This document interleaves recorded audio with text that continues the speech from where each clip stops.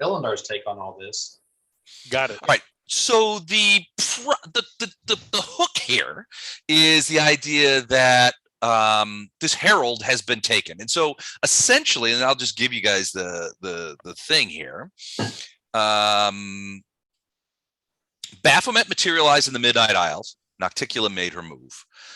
More as a reaction to having her realm invaded than any real sense of allegiance to you guys, whom she had granted permission to remain there. She struck at the Lord of Minotaurs in the instant after he physically manifested. He realized his fatal error too late and tried to flee, but Nocticula's wrath followed him through the barrier between the planes and struck him for the briefest of moments dead.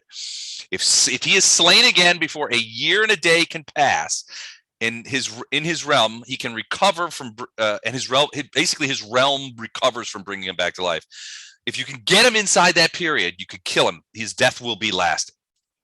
So you can basically guess he's fearful that Nocticula is going to try and come finish the job. She is, after all, one of her sobriquets are the assassin of gods.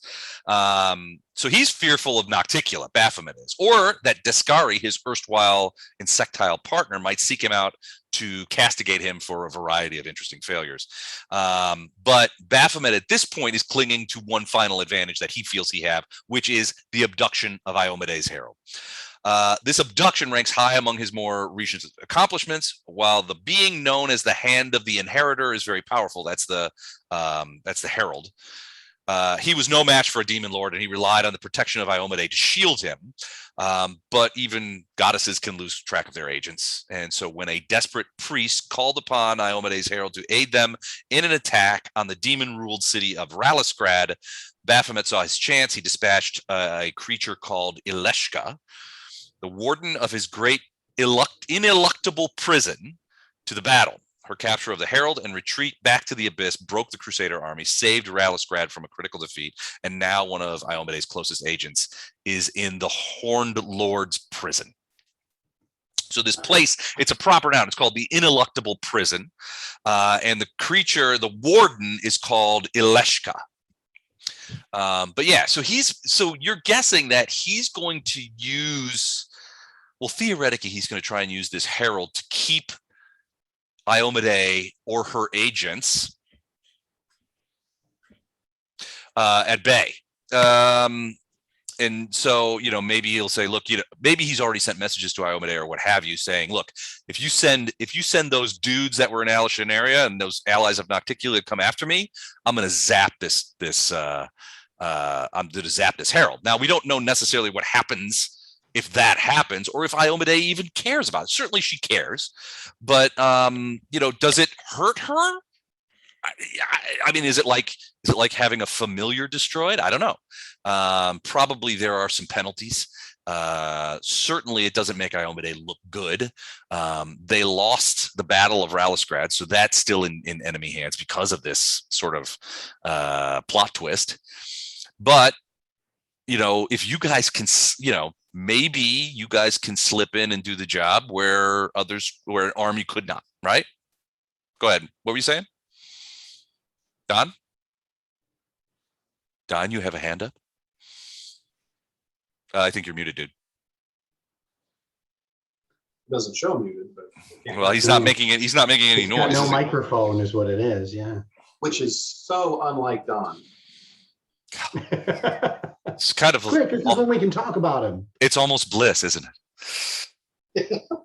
No, he's just like, screw you guys. I think I saw him say, screw you guys. He's getting a note. He's getting a note. I love it. Oh, he had his headset off. We still can't hear you, dude. Nothing, dude. Wah, wah. Okay, now you can hear me. It's weird though, because it doesn't show. You can hear me now. Anyway, we can hear you now. So you had Don. You had your hand raised. Was there a question that you wanted to pose to the collective? Yes. Okay. So, he has captured Iomedae's herald, right? Known as the Hand of Iomedae. Right, the Hand of the Inheritor. The Hand of the Inheritor. We are supposed to get the Hand of Eridan back for Ilandar. Mm-hmm. Isn't Iomedae the Herald of Eridan? Is Iomedae the one that's in So a little bit different. So Iomedae was essentially the hand of Aerodin.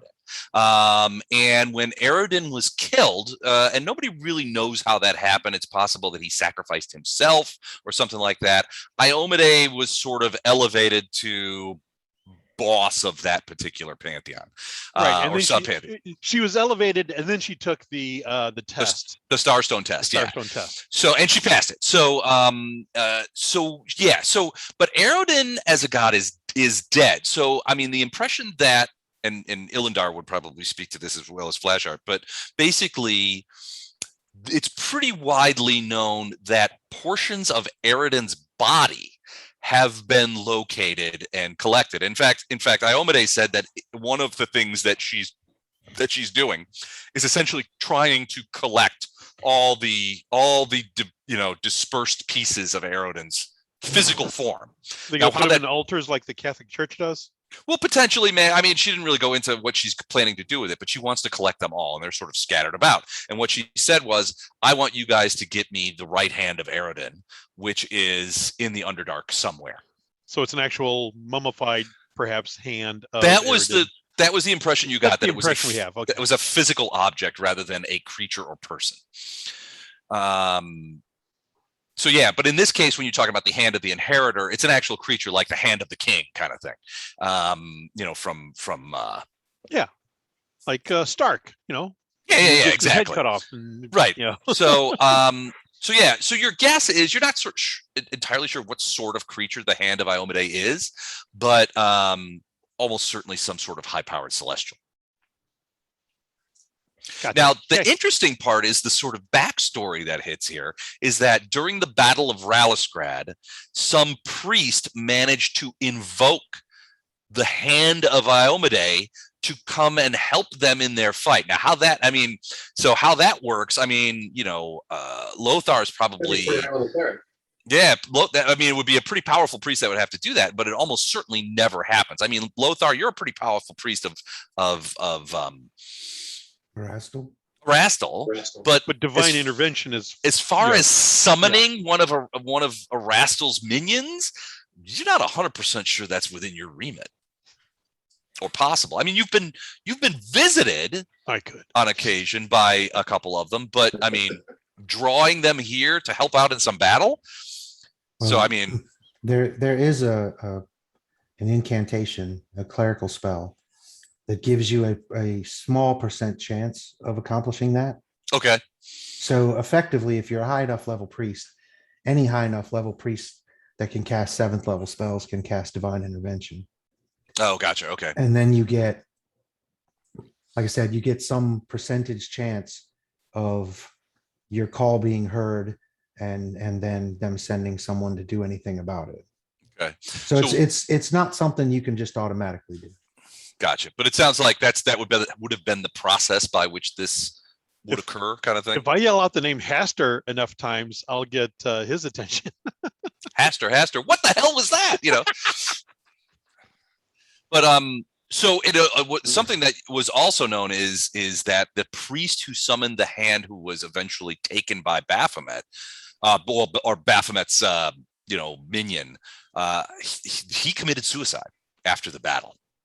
Ceremonial suicide in Iomedae's name, as a way of what's the word I'm looking for? Atoning for what he had brought into play. Invoking, right? Yeah. Inadvertently done. Yeah. Yeah, which didn't help the Crusaders. I mean, if you got a high enough priest, he's probably pretty important to the Crusader army down in the south, and to have them commit suicide, you commit seppuku essentially for the dishonor that he had brought to the army. I mean, that's a big loss.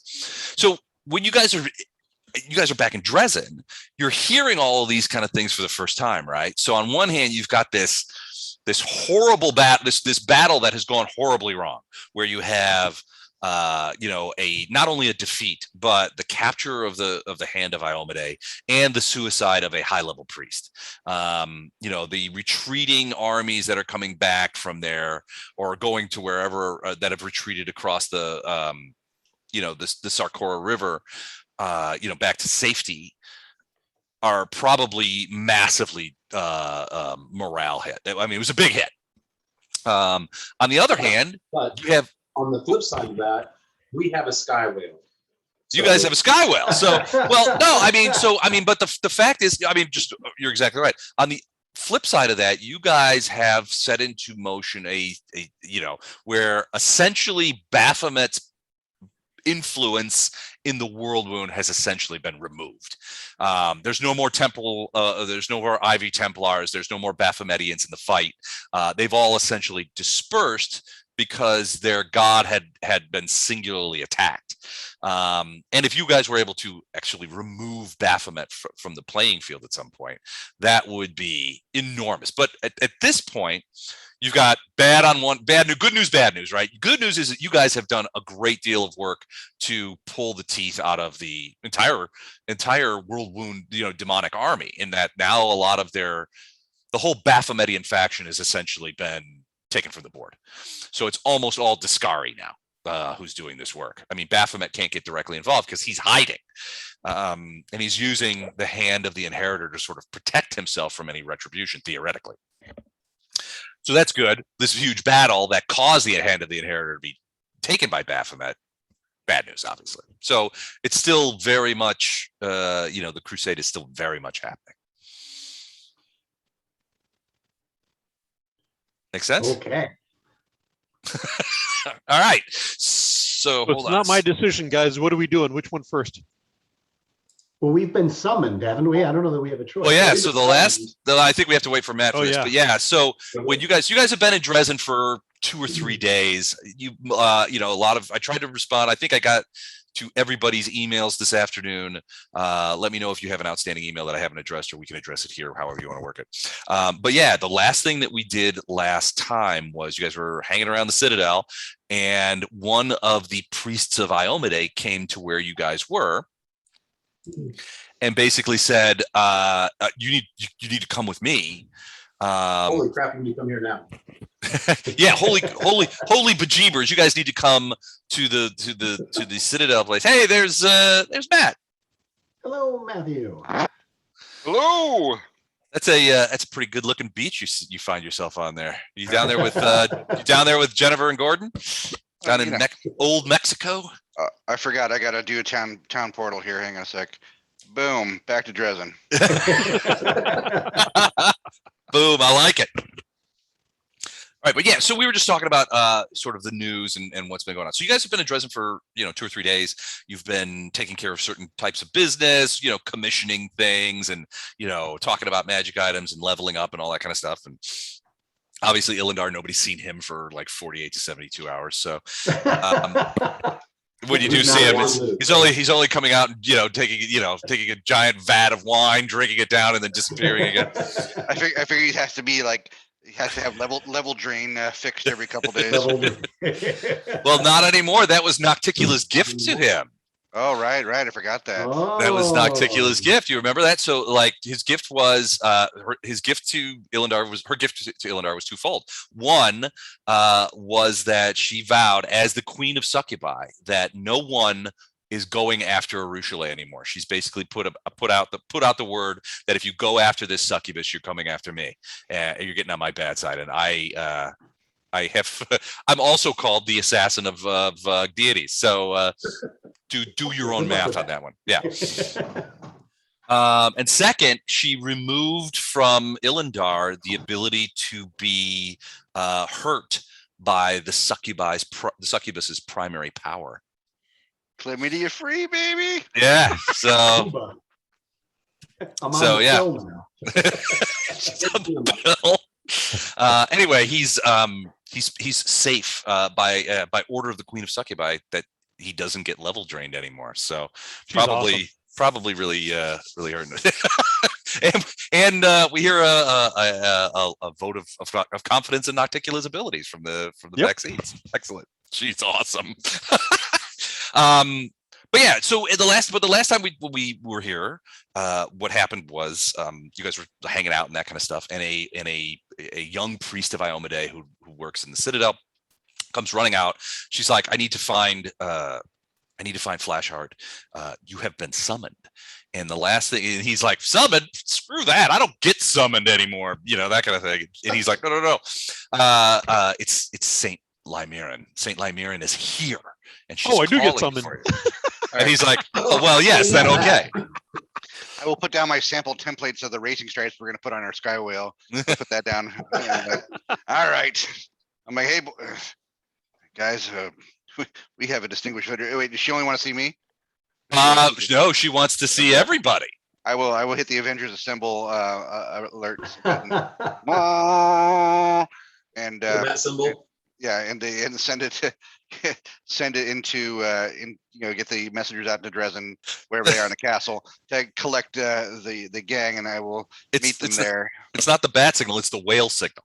Yeah, you're putting up there. That's the whale signal. Like the That's Dory, totally the Dory it. whale. So, all right. So, and then I will put on my best wind cantrip in my hair and head on over. Okay. I will strap on radiance. Not so much I feel a threat here, but I feel it's a duty as an Iomedae paladin to look my best for when a Satan pops by. Okay. Ratman, paladin, gear. Okay, after you get it back from Gato, then you can strap it on. All right, so you guys are essentially led into the room where the Sword of Valor hangs, where the Celestial lives there. And the first thing you notice when you walk in is the place is covered. Well, not covered, but it's like everything is lit up like 3 times brighter than your average living room. There's light everywhere. There's light coming from the Sword of Valor. There's light coming. You can see the Celestial of the Sword of Valor is standing there, sort of at attention. He has an enormous sword in his hand. That he's standing there. And you look over into this light, and the light is almost. You guys sort of like kind of like stagger in a little bit, and the light. It takes a moment for all of your eyes to sort of adjust to it, but when they do, Well, especially mine. yeah, you're probably near blinded. I'm probably Chuck and blind Don for went the to- first few minutes. I'm in here. Chuck and Don went for sunglasses. He's going to get sunglasses. Let's get a welder's mask. I think I just heard text last saying quaffing known detect evil potion. But as your eyes get adjusted to the light, you can see what looks to be a tall, and by tall I mean about 9 feet tall, woman, sort of dressed. She basically looks like this. You guys Bonnie see that? Prince Charlie of Arc. Nice. Okay. So she's in plate mail that glistens, that gleams, with all the light in there. The light seems to be coming from behind her, so her features are sort of hard to make out. And it's bright. It doesn't cause you any pain or discomfort, but you feel that in this light that you feel sort of almost a feeling of pride at the things that you've done, that you're standing in the presence of one of Iomedae's, greatest champions. Would it be appropriate to kneel or bow to? I mean, I assume a bow for sure, but to kneel in front of her as a for you, probably. Yeah. I'm not going to make anybody else do it, but I feel it'd be the right thing for me to do. Yeah. And as you sort of look around, you realize that the room that you're in Citadel Dresden seems to have taken on different qualities. It's almost like you are standing in an enormous cathedral. The ceiling rises out of sight. The walls have stained glass windows that don't exist in the room with the Sword of Valor in it, that move and change to depict the famous acts of Iomedae. Is Chuckles here, the Paladin commander, whose name is getting Geyer? Commander Geyer? No, it's just you guys. Okay, I want to see.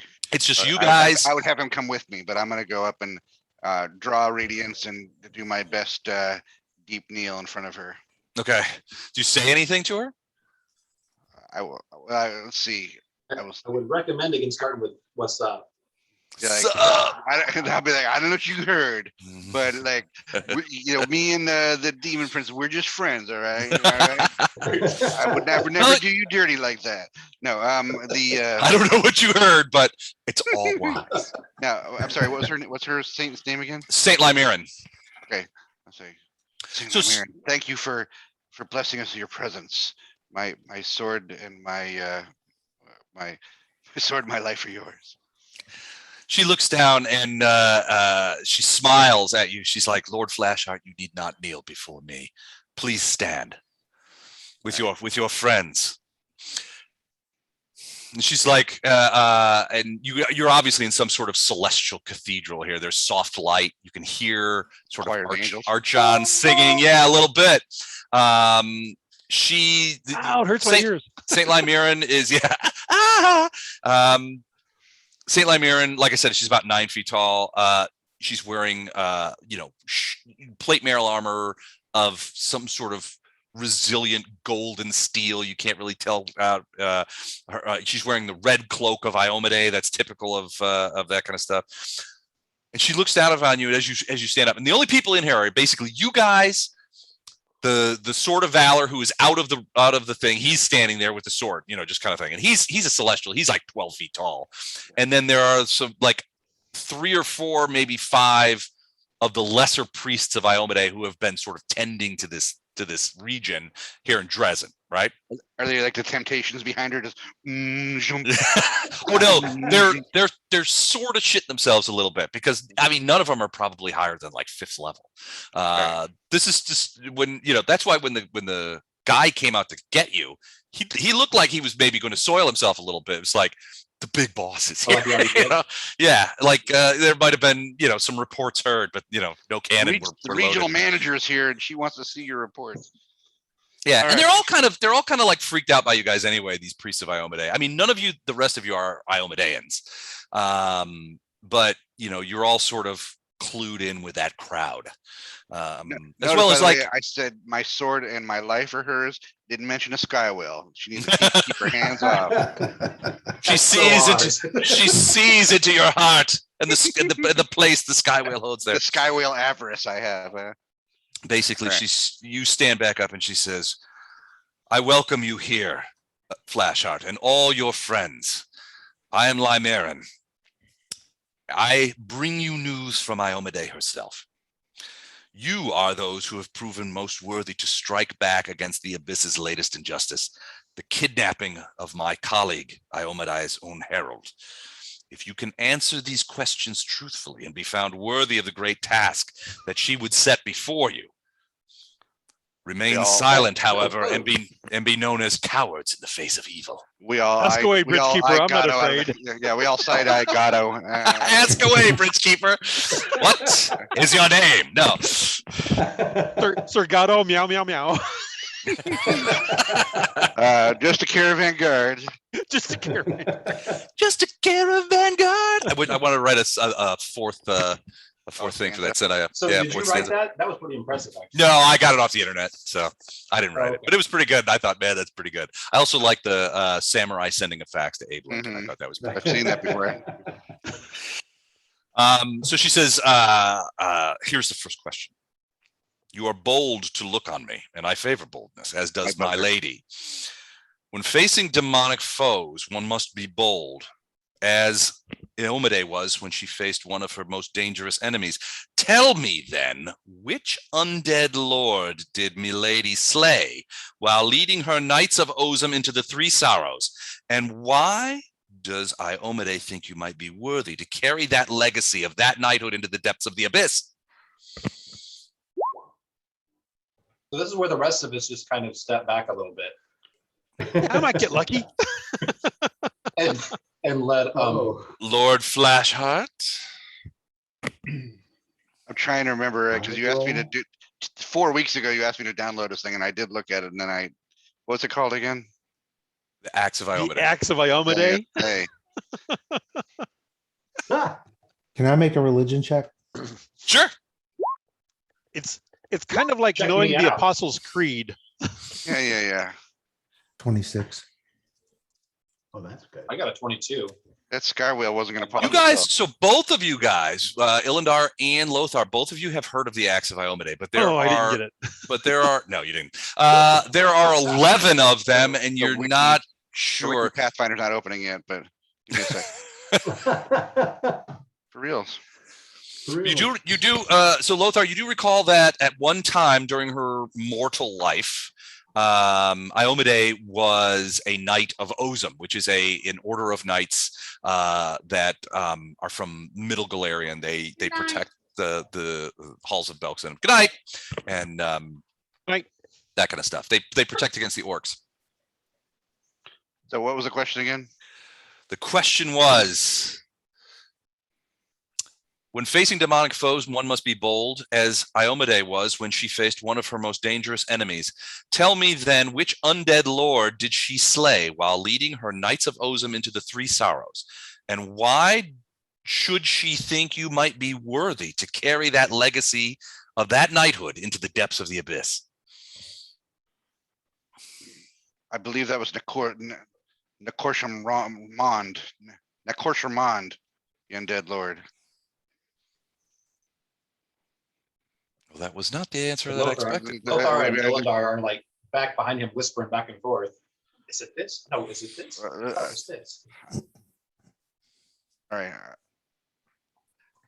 Les, I want to do good here on this test, but I can't get the goddamn thing to open. You do well on this test. Okay. Was it You can Absalom? try the whole Army of Darkness thing and just kind of like mumble and. Yeah, Nicto Veretta. Was it Absalom? Who's your favorite chess player? Oh, yeah, okay, their new undead lord. At the Battle of Three 11. Sorrows. Why is this thing so short to the panel? Control F for God's sake.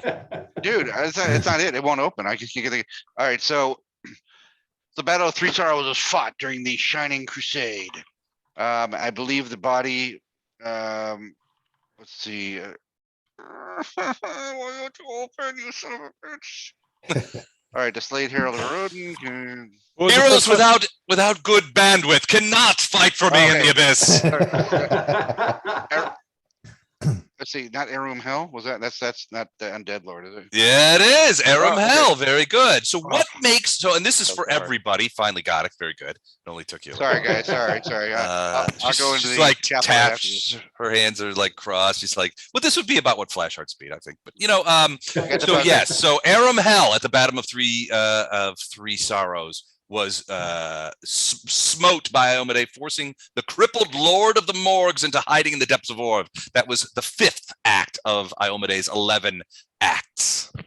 So what is it about you all that put you in a position to that Iomedae? What can you bring to the table? What can you say that will make Iomedae believe that you are the right people for this job?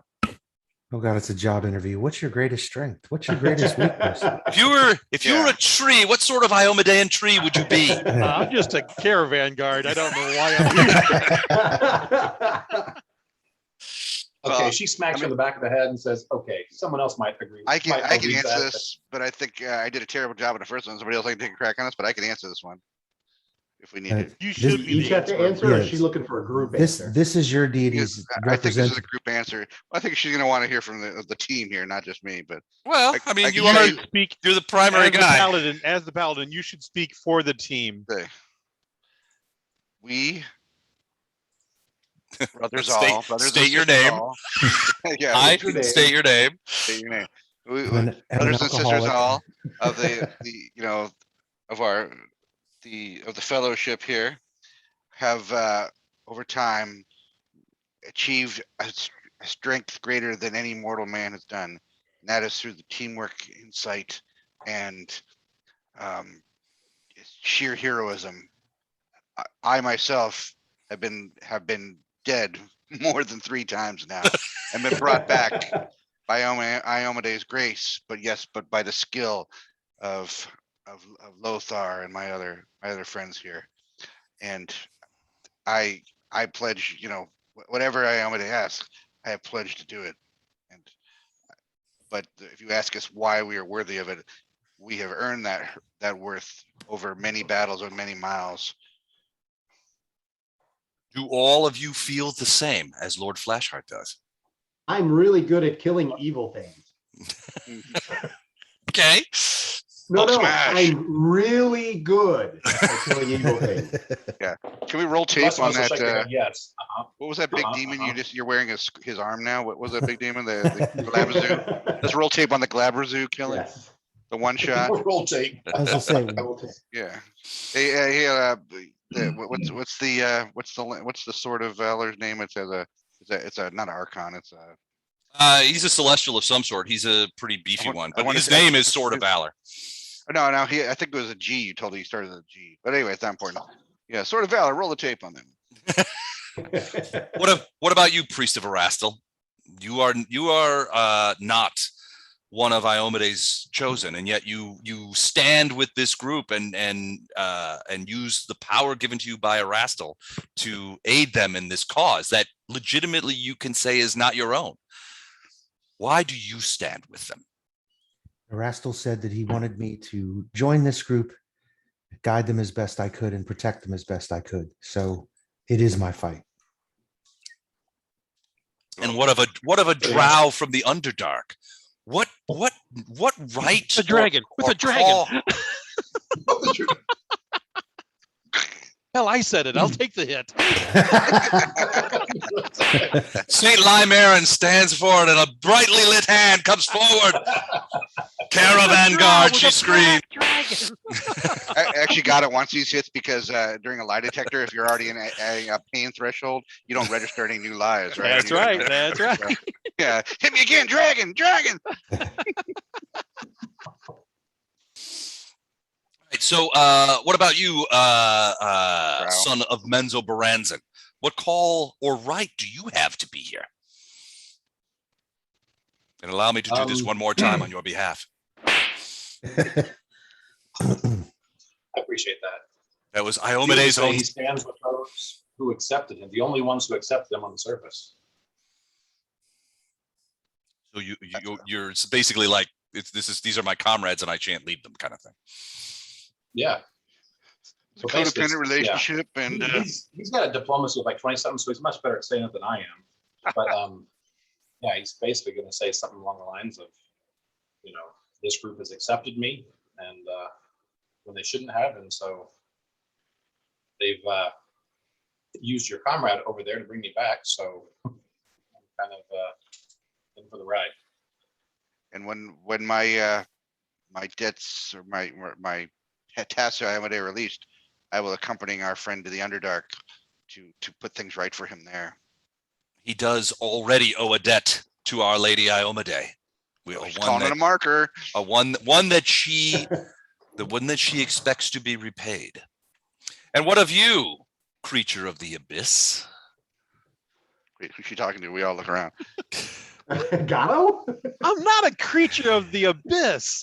Meow, I meow, visited meow. there like them. I just brought back Now you are. Don't you have like a prison souvenirs. teardrop tat now? Yeah, I was gonna say, Yeah, once again, teardrop, don't you have yeah. the mark on your face? Yeah. It I have says, a small bitch. tattoo of an arrow.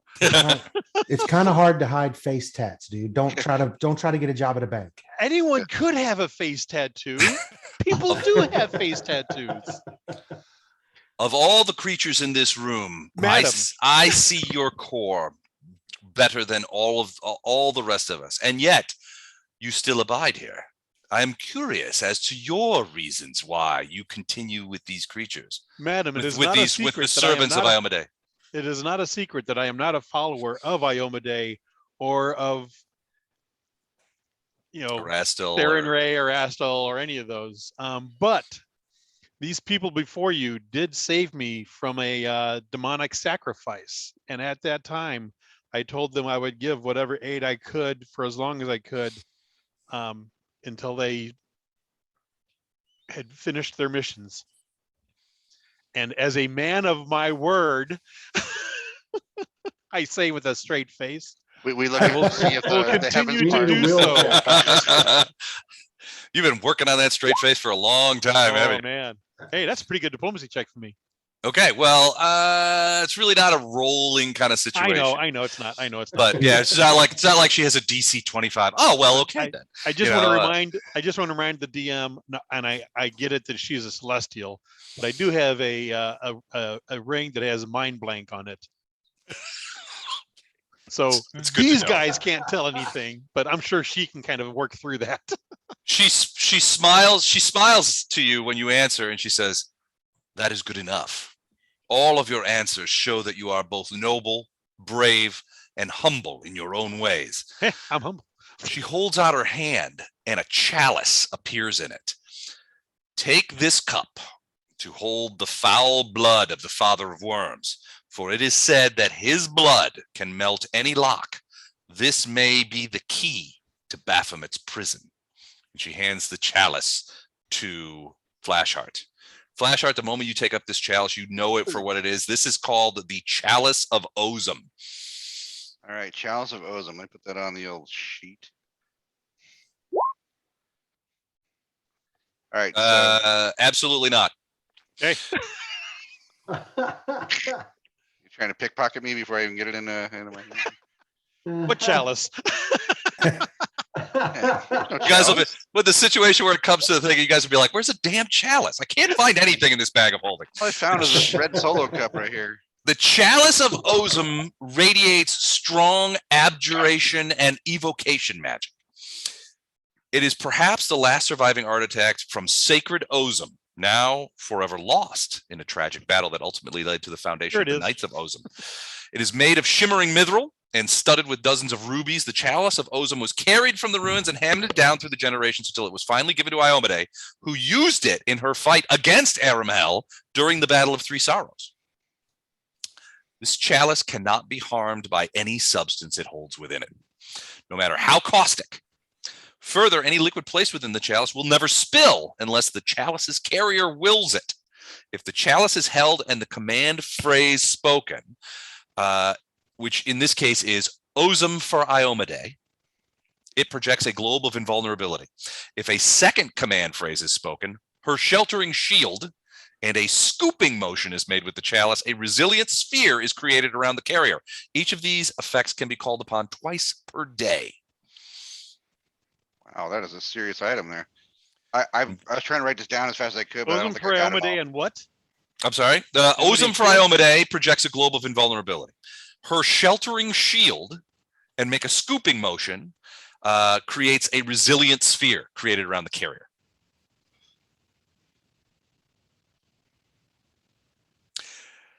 Thank you. This is something you can send me the thing later. I think I got. Yeah, I'll send it to you. Vulnerability, melt lock. It's recorded. It's recorded. You can rewatch it. I Oh, yeah, never that's got right. back. Okay. Jennifer and Gordon can enjoy our recording. Just for clarification, the blood that we need to put in it is the Lord of Worms. Father of worms. Yeah. The Sure, you Father said of it's- Worms. it is said that his blood can melt any lock, and this may be your key to Baphomet's prison. Okay, so just Who to the make Father sure of we Worms know is? who's the Father of Worms. Yeah. That's all she can say. It's the father of worms. She doesn't. Yeah. Sounds She's like like, a religion check. I can't tell you this. You could Yeah. probably do some sort of religion I'm check. gonna Can I do do this it? I'll do a religion check. Give me 2. 1 second. 33. Is he going to willfully part with Wait. his blood? I want in on this action before you. I think you already got the answer. No, I want in on it. Let's see. Oh yeah, get your Paladin button in here. Yeah. Okay. Here we go. Roll some dice, bro. Do you even live, bro? Do you even study religion, bro? Do you even study religion, bro? I'm the Venkman of Paladins. No student. Hold on, you guys are saying too many things for me to tweet. Hold on a second. Oh. Yeah. Whatever you were singing, that sounds about right. Yeah. Hold on. Do you even study religion, bro? Bro. Oh, PC Eldar's almost as good a PC2. person as you are. I am the Carl Venkman of Paladins. Name very Carl. I think it's Carl Venkman, right? Doesn't sound right. Well, did you just say Venkman? I just said Venkman. Okay. All right. Hold on. Almost there. Peter Venkman. Peter Venkman. I thought, why would I think Carl? Because you've been Rick Carl Grimes. wants to know the same Everybody answer. is. We got to go find Carl. Coral. That was Coral. Carl. All right. C-O-R-A-L. So Lothar, with your 33 knowledge check, you know that there is a creature, the father of worms, essentially is the guard. From what you've read, the father of worms is known to be the guard of the ineluctable prison. Now, this is the same prison that supposedly the hand of Iomedae has been captured in, but you don't know what kind of creature it is. All you know is that the guard of the door guard on the ineluctable prison is referred to as the father of worms. Good God, man, 33, and I don't even know what kind of creature it is. All right. I thought it was Bardos's boyfriend, that worm face guy. It's always like stalking Bardo. Oh yeah, we haven't figured out where he is yet, have we? And I'm all right. Next question. You all are brave as the heroes we've come to expect. You have proven that you can survive the horrors of the abyss, and this marks your courageousness as surely as any feat. But also, you have learned that not all those in the abyss are your enemies. Some are creatures whose nature can be used as a tool to defeat greater evils. So tell me, when evil assumes a fair form, or when weak villains beg for their lives, are they due mercy, or are the wages of their villainy always death and oblivion? Tell me, Lord Flashheart, what is your feelings on this matter? Just for the record, Lothar's eyes just went that way because he's side-eyeing two members of his party at the same time, and now he has a headache. all right. So how long ago has it been game time since we started this adventure? Has it been a year plus now? Since we started Wrath of the Righteous? Yeah. Since we started this adventure play? In game time. In game time. Yeah. Oh, in game time, Yeah. Months. I've aged at least 20 years since we started this. Every time I see my face on screen, like, oh my God. All right. Months. I said, if you'd asked me a year ago, 11 months, a year ago, what the answer would be, it would always be death. There can be no evil walking while a tool of Iomedae stands ready to defend, humanity against the endless evils that are around us. However, in our adventures, we found that not every answer is solved with a sword. And some days mercy is given, but this has to be a case-by-case scenario. And also, if you'll see here, on this contract I signed right here, there's no deals with demons. This is a binding resolution. Try to follow the tenets, or I will be in breach of contract. I have read your book. Are paladins allowed to do that? I find it to be both interesting and troubling. It's going to be a bestseller. It's troubling that there's certain questions in there. Why is this even here? But so she looks kindly at you and smiles. But was the drow waving in the background like, "Ooh, I know this one"? Is that what you were doing, Mike? He was just. Or were you? He was talking about people used to be evil. Were you doing something like, "Hey, hey, I'm still here"? Okay, good point. What about you, priest of Erastil? Does the old god bid you to slay all in sight, or is there some virtue in mercy? First and foremost, make no deals with demons. And then both of his eyes are going to go to Gado. We have seen that there are creatures who wish to change, and provided their desire to change comes before it becomes a life or death situation for them, we can consider it to be sincere. Honestly, since we didn't frag Corgus when we were down underneath the city there, I feel like we've all grown a bit, because if you remember, he was an annoying NPC, and yeah, if he'd been nudged off a cliff, we should all get a medal for that one. He'd been nudged off a cliff in the Underdark. No, these things so you happen. guys like being annoying is not necessarily a death penalty Yes, case. Exactly. Okay, and now he's one of our closest allies. What I was specifically thinking is that had we just decided to destroy the succubus, we would not have gained a great deal of information. We found out that she was already trying to change. So as long as someone is not doing a deathbed conversion, then yes, there is potentially room to allow them to come to the light. Gotcha. Okay. Good answer. Again, the caravan guard has his hand raised. The caravan guard in the back, you have a question, sir? Yeah, I'd like to try answering your question.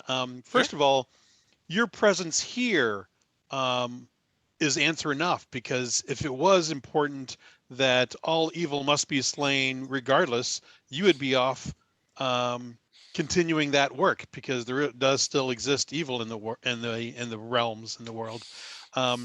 And the second part of my answer is that we have met certain demons that have been helpful to us. Without their aid and assistance, we wouldn't be here able to fulfill this other greater task.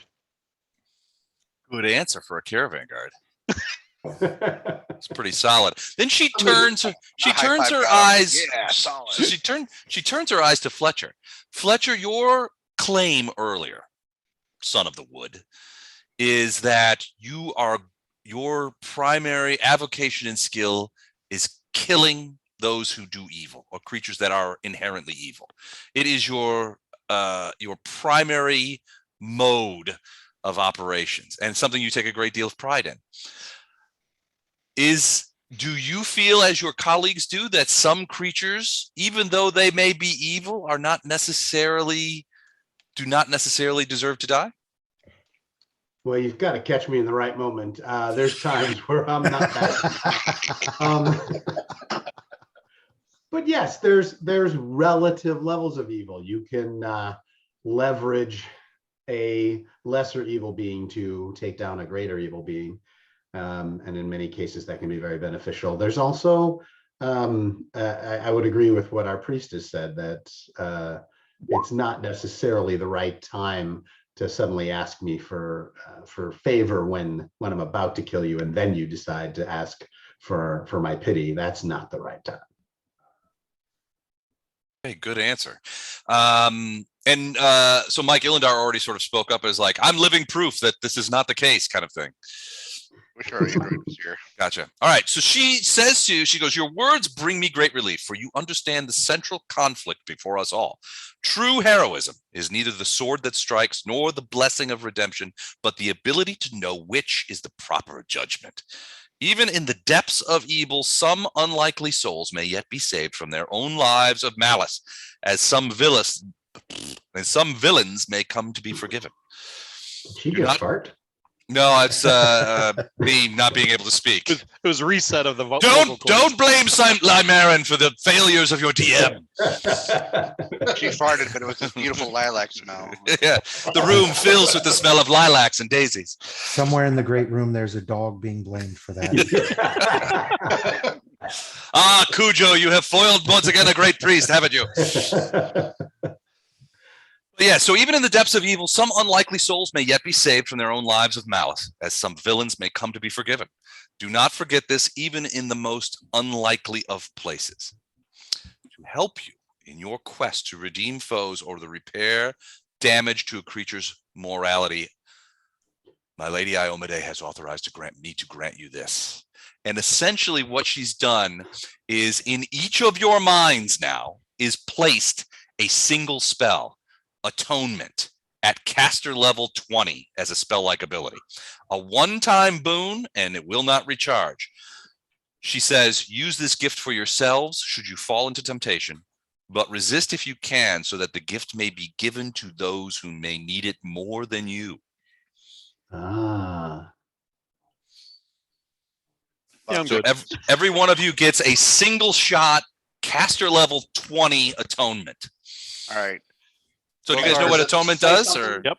I'm reading it right now. Say something that all of us walk over to Gato at the same time. And Yeah, put our hands exactly. on Gato. Hold his arms. Hold his arms. the mark vaporizes and he becomes a much weaker creature than you once knew.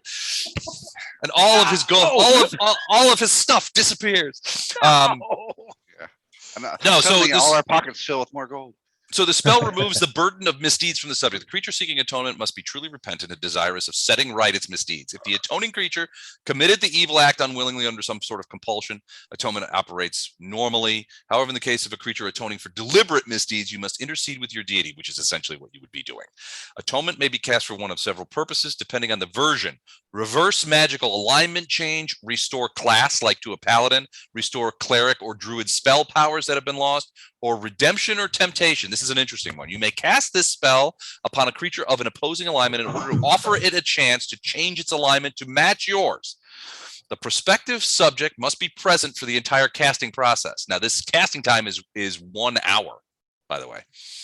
Upon completion of, but in this case, it's a spell-like ability, not the spell, so you can cast it in a standard action. Okay. Upon completion of the spell, the subject freely chooses whether to retain its original alignment or acquiesces to your offer and changes to your alignment. No duress, compulsion, or magical influence can force the subject to take advantage of the opportunity offered if it is unwilling to abandon its old alignment.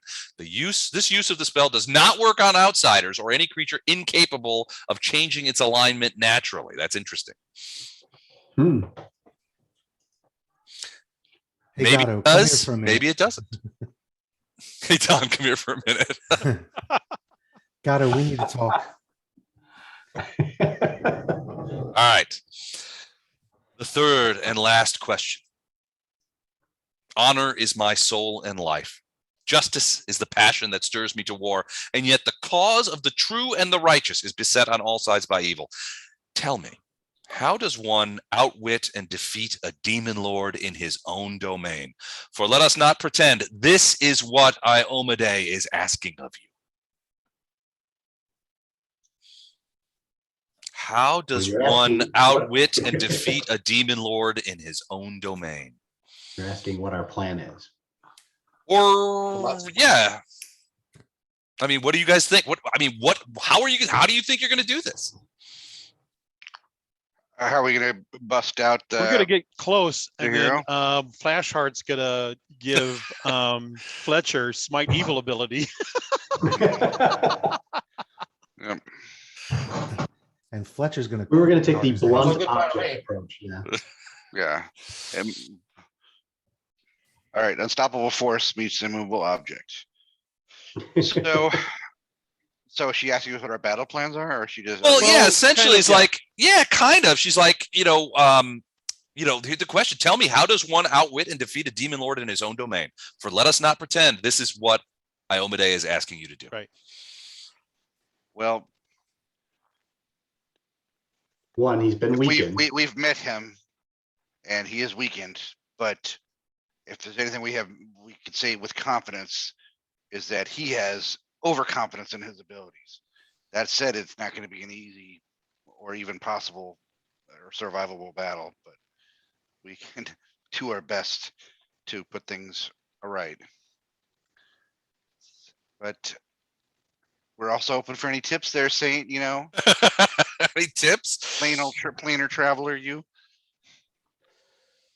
What you Okay. got, girl?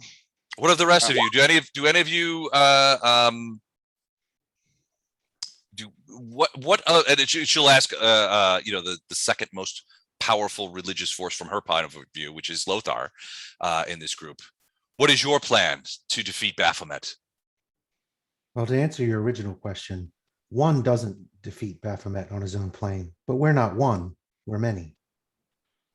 And we'll do Okay. it the way that we have overcome everything, attempting to make sound judgments, strengths of arms, power of magic, and purity of spirit. That's a really good answer. Gato's over And- there. Yeah. And then we're going to then Gatto's going to go invisible and snickety snack it in the kidneys about 37 times. Yeah, he's gonna. And so Saint Lymirin leans forward to Gatto and he says, "You know that Baphomet's immune to bleed, right?"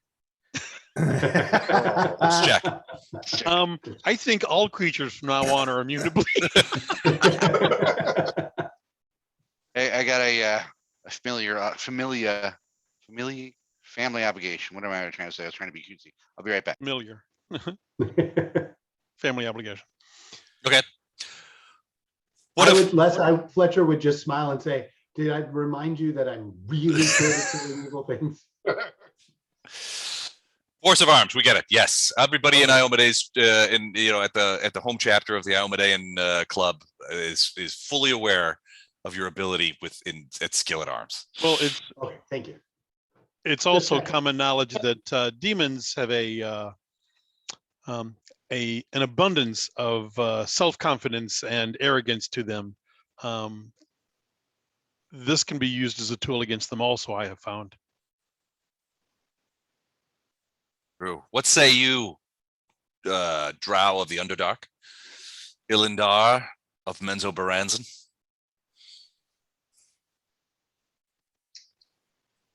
That's a good question.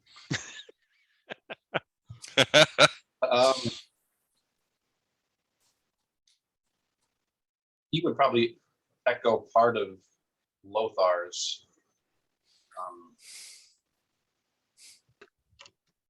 answer. Mhm. And say we've accomplished our deeds in the task by looking for help from others. So we look. You know what? We're always open to look for other means or other ways or other resources to get our job done. Okay. And That's our creative. Go ahead. completely out of character. Alliance. Completely out of character. Y'all got any more of them talismans of pure good lying about? Yeah, the holy hand grenade. We need another one. If we can have a few of those, that'd be great. I just need one with a half a dozen charges on it. We'll take care of this for you. It'll be good. We'll zap That's all we're everybody. I asking think. for. So she, Saint Lymirin, she nods in approval when you guys at your answers, and she says, "Strike evil in the name of the good and the right, and redeem those you can from folly. With the blessing of my lady Iomedae, you shall vanquish evil, and your name shall ring with glory. For even if you fail in this righteous task, your just rewards will await you in the great beyond. Take this then, my final gift to you. With it, you shall always be but a step away from home. Yet know that the path it opens to safety will save you but once before it returns to me. Save such flight as a last resort." She reaches in and she removes a thread from his cloak, which transforms into this sort of shawl or scarf as she hands it to you guys. This is the stole of the inheritor. It is a scarf. Iomedae will sometimes grant the use of the stole of the inheritor to her champions in times of great need. When draped across the shoulders, the stole grants DR5 good, and it grants the use of heal as a quicken spell-like ability once per day. Also once per day, a good aligned wearer of the stole of inheritor can cast Holy Word. In addition, as long as it is worn, the user can use Detect Evil and Detect Chaos at all times. A divine spellcaster who worships Iomedae gains a +2 sacred bonus on all saving throws while wearing it. The stole's greatest power, though, the one that she referenced, is allowing its wearer to use plane shift on himself and any allies within 120 feet as an immediate action. The stole immediately returns to Iomedae when this effect is used. She hands it to Flashheart, but he is not necessarily required to wear it. Any divine spellcaster, it will work for. Lothar. Well, I think Flashheart should be the one who wears it. I also think Flashheart should be the one to wear it. It is Iomedaean. And it gives him an additional +2 to saving throws. Mm-hmm. And the spells that it can cast, I can cast anyway. You can cast anyway. So, But okay. but he can't. So that gives him some abilities as far as the heal and all of that kind of stuff that he wouldn't ordinarily have. Right. So I'm thinking he needs to be the one. We'll just have to hope his fashion sense will allow for a shawl. He'll be like a scarfing it like those World War I flying aces, that kind of thing. Oh yeah, he'll have it. And it'll flap in his little gust of wind spell. So she hands this to you, and then she says, "You are worthy champions of Iomedae against Baphomet. For mandate prohibits the interaction of the divine, even in such matters as personal as the loss of a herald," which is kind of an odd way of saying Iomedae can't get directly involved in this. Right. She charges There's you, rules, and although he's broken them, she will not. right, or something to that effect. She charges you as worthy souls to go into the darkness of the abyss, into the ivory labyrinth of our enemy, and seek out her herald. If he is dead or worse, I trust you shall finish things as befits your boldness. Heed the advice I have given you. Go forth on a road of honor, swiftly and with great justice, to defeat Baphomet and return or avenge the herald of Iomedae. And She says this task should only take 9.5 months. in doing so, you may. Ilundard's like, Mike has a question. Okay. no, this is Ilundar in the back as she's doing Ilundar. this. Saying, Does the drow in the back have a question? Yes, go ahead. yeah, if no one's brought this up, people definitely bring up the fact that if this is to be done immediately, I'm Time is of the essence.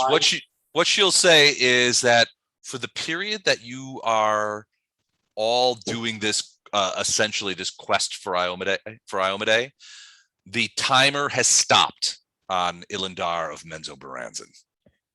Oh, Thank you. okay. He's like, okay, thanks. Yeah, that's all he wanted. Yeah, he was just asking for an extension on his homework. He's got it. The timer has stopped. Need 2 more weeks. She says, go forth on a road of honor swiftly and with great justice to defeat Baphomet and return or avenge the herald of Iomedae. And in doing so, you may find the strength to face the true peril that lies ahead. Descari always watches, and the time shall soon come when the world wound must be closed forever, lest it consume your world. And after she says that, the cathedral that you guys are in, it flashes white, and an instant later, you find yourself standing in Citadel Dresden in the hall of the Sword of Valor.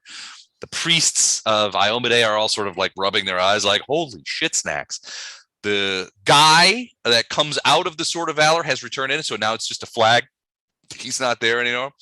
But when you look into your hand, all of you have this, you find a small bronze holy symbol of Iomedae. Oh, I could sell that. A little keychain. What it essentially means is that in whatever else that you may do, whatever other allegiances you may have, Gato, you are also de facto sort of protectorates of Iomedae. I've got it in my pocket. Got it. I can pull it out when needed. All right. Wow, You God, find you're happy that Naticula and Iomedae want the same thing. Yeah. Wait a minute. Wait. Am I the only one who at this point pictures Gatto as that guy from The Mummy, pulling out all the different holy symbols, doing all the different chants, trying to protect his head from the mummy? So me. Whichever one of these might work. That's so. So you find yourself back in Citadel Dresden, essentially, back where you started. The light is gone. St. Lymirin is gone. But you have the stole. You have the chalice of Ozum. You can all feel that atonement spell inside, planted inside your brains. And you basically St. Lymirin has basically said, Iomedae wants you to do this thing, for her. And, she wants her herald back, or she wants her herald put out of its misery, was the thing you got. But yeah, basically you're on a mission from God, a God. Yeah. But you always kind of were. So, I mean, it's in many ways, this is St. Lymirin is certainly probably the highest up religious figure in the Iomedaean pantheon that has appeared to you personally. But this is a big deal. They want, basically, Iomedae said, I want you guys to be, to be my guys to go in the abyss, free my herald. And if you think of it, and while you're there, put Baphomet down. If you've got nothing else. That's it. That's all she needs. Yeah. Oh, okay. All right. What do we do after next Tuesday then? Well, then you're back on then the clock starts again, and you have to go to the Underdark and stuff like that.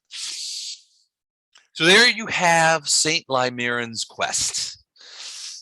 Go to the labyrinth. Now, so I mean, you could. So here's the thing. Remember that book that Farina has? That was a gift from Nocticula. You guys may not remember, but the power of that book was the ability to find your way in any maze. Oh yeah. That's going to be helpful. Oh. And that book probably has the incantations. In fact, me and being the DM, I know that it has the incantation that you guys need to send yourselves to that plane. What you read, if you borrow the book, and it's a shame that Farina's not here, but if you borrow Farina's book and sort of check it out, you'll see that there are various places which are, where people who are visiting Baphomet's realm traditionally go. These are, sort of, like reception areas, frankly, that they traditionally go. And several of them are listed. And you seem, Lothar, you seem confident that your plane shift, you could get to this place. I also have the Ring of Planar Focus. Okay. So I would be able to, or I'm confident that I would be able to use the Ring of Planar Focus to pinpoint any spot on that plane that I wanted to get us to. And the power of the ring would allow me to plane shift us to that spot with no chance for error. Okay. Let me check that out. Sure.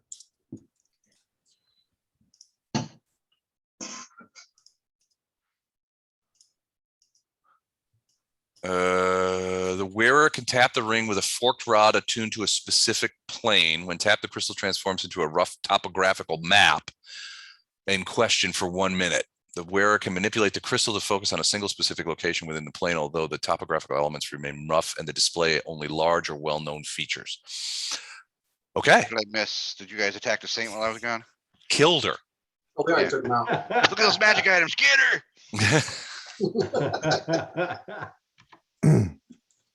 Although after she left, she did come back like 10 minutes later because Gato had taken something from her. She's like, did one of you idiots steal my watch? That's what she said. I was thinking if Bardo's here, he'd be eyeing that chalice going, I could break that down and make a ton of magic items. Yeah, you would. Yeah. Well, you do have some time. And so, yeah, we have to talk a little bit about that. The Ring of Planar Focus. You do have an abyssal rod. Yeah, I'm thinking so. Well, mine's a little holier than that. What's that? Yeah, you said abyssal rod, and besides the obvious dick joke, we're not sure what you're talking about.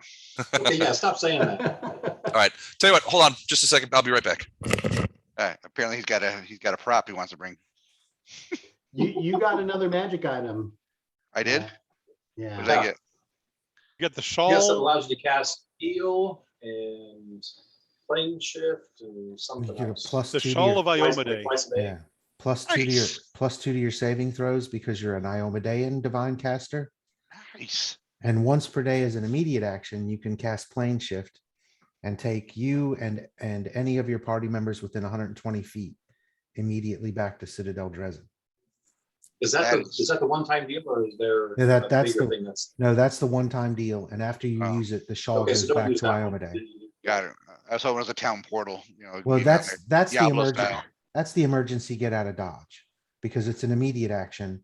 So Right. if Punch out of if everybody's about to die, that's our punch out. But yeah, once you use Or if that, or half of everybody's dead, then yeah. once you use that, the magic item goes back to Iomedae and is gone.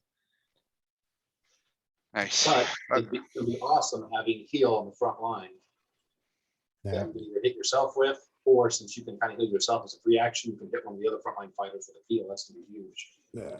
So I was gone for 8 minutes. If Les is gone for 8 minutes, that means somebody else now has 8-minute freebie to just be for a while. Okay, I'm next. Okay. This is a new view for you, Mike. I always see like the top part of your head. The camera that I had, which was a normal camera, Uh-huh. died. And so whenever we were doing during the pandemic, we were still doing Friday night gaming nights, but about half the people didn't want to come over. So I bought this microphone and this camera that was a big wide angle, so we could like all of us around the table could be seen. Nice. And that's the one I've got. So that's the one I had to put up here. So yeah, you could see like the entire office almost. Nice. Yeah, over a while you forget everybody else. We all know we have our own lives, but I only see a window into yours, whatever. This much of your head generally. Kilroy was here. Yeah. I need to get one of you Yeah, I tried guys. the whole nose thing. Just I And need Chuck, to get. you weren't even on the camera for first 2 years. That's because I didn't have a camera Yeah. for the first 2 years. But at this Now, point, we thought you might be an I imposter. I We need truly somebody, probably Matt or Dan, who's good with this background stuff. Where do you get the backgrounds? Because I can see where I can click and tell it to go to a background. Yep. But So all it there's does, the only ones I have in here are blur. So I can do this so that it looks like I live in an LSD trip or Yeah.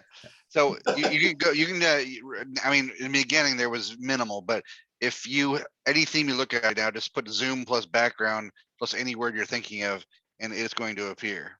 and do they So- automatically add themselves to No, the no, Zoom so function? you'll, It's what a, you'll do, JPEG. You tell it where there's a certain background Right. subfolder you put it in. Okay. exactly. So if you say, okay, I want that, you basically save it to wherever you want to save it on your computer. And then when you go to, there's a little plus button under, like if you go to your video thing, there's a little caret to pop it open.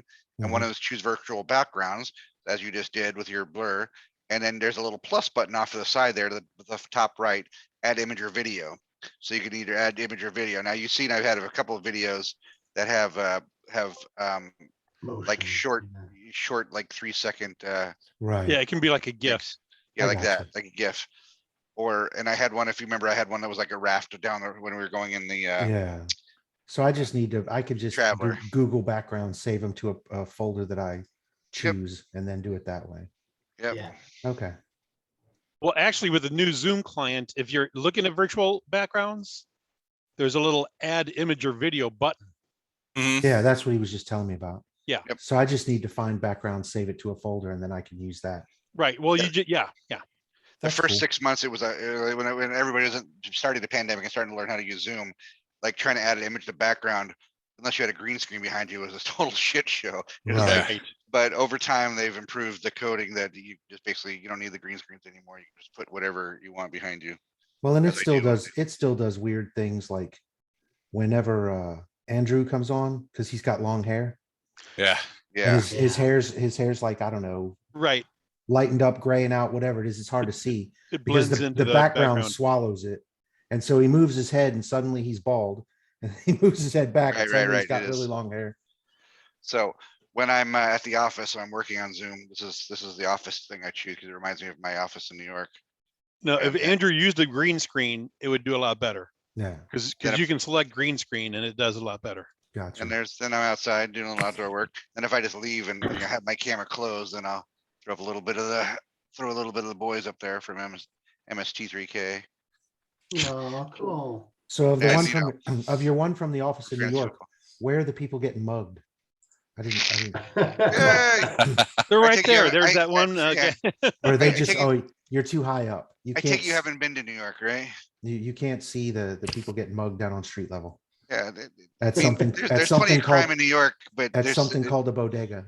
yeah, there's plenty Yeah, of crime in New York, bodega. but most of the crime takes place on Wall Street. Yeah, the crime rate is effectively zero in New York because they're just per capita, the crime rate is so low, especially post 9/11. It's a police state, and it is a very clean, relatively safe city, at least in Manhattan. Other parts, certainly has their charms. And well, But, Berlin was a fairly clean city with a low crime rate in the 1940s, but I don't think I want that. Yes. Yeah, I like New York because you can go to any street corner and you're probably the only person speaking English. Like 10 different languages are happening around here. There's so many people around the world come to visit that city, so it's just amazing to see people. All these cultures coming to see you or see Down, us. down this way, you're the only one speaking English, but everybody else is just speaking Spanish. So And then, of course, they want to see the most important, iconic things in New York, where the Red Lobster is in Times Square. Kid you Where's not. Elmo? Yeah, I need the M&M store. I need the Red Lobster. And the gap down on The Gap, Madison oh, yeah. Avenue. Fuck. nice. They're not asking about the singing cowboy. Yeah, I mean, he's like the Dread Pirate Roberts. He retired a millionaire years ago, and now it's like singing. It's like singing Cowboy 4 or whatever. Yeah, So, they're all kind of gross though. Tidy Th- th- whities and whatnot. there's nothing grosser than a dude in a full like costume that clearly has been washed in probably 6 months. Yeah. Just the wafting past you, like, ah, Spider-Man, no. All right, so Ring of Planar Focus. So in this case, do you have? I'm assuming the rod of the abyss, so that you can sort of like look at that, and you're going to focus in on the map of this plane. Well, here's sort of your in or out as you choose. Once I got the ring, I assume I would have started collecting what I needed for the various areas, but we never actually discussed that. So I'm assuming it. we I were mean, you've in used the it before. abyss. Yeah. Right. But I used it before to get back to Citadel Dresden.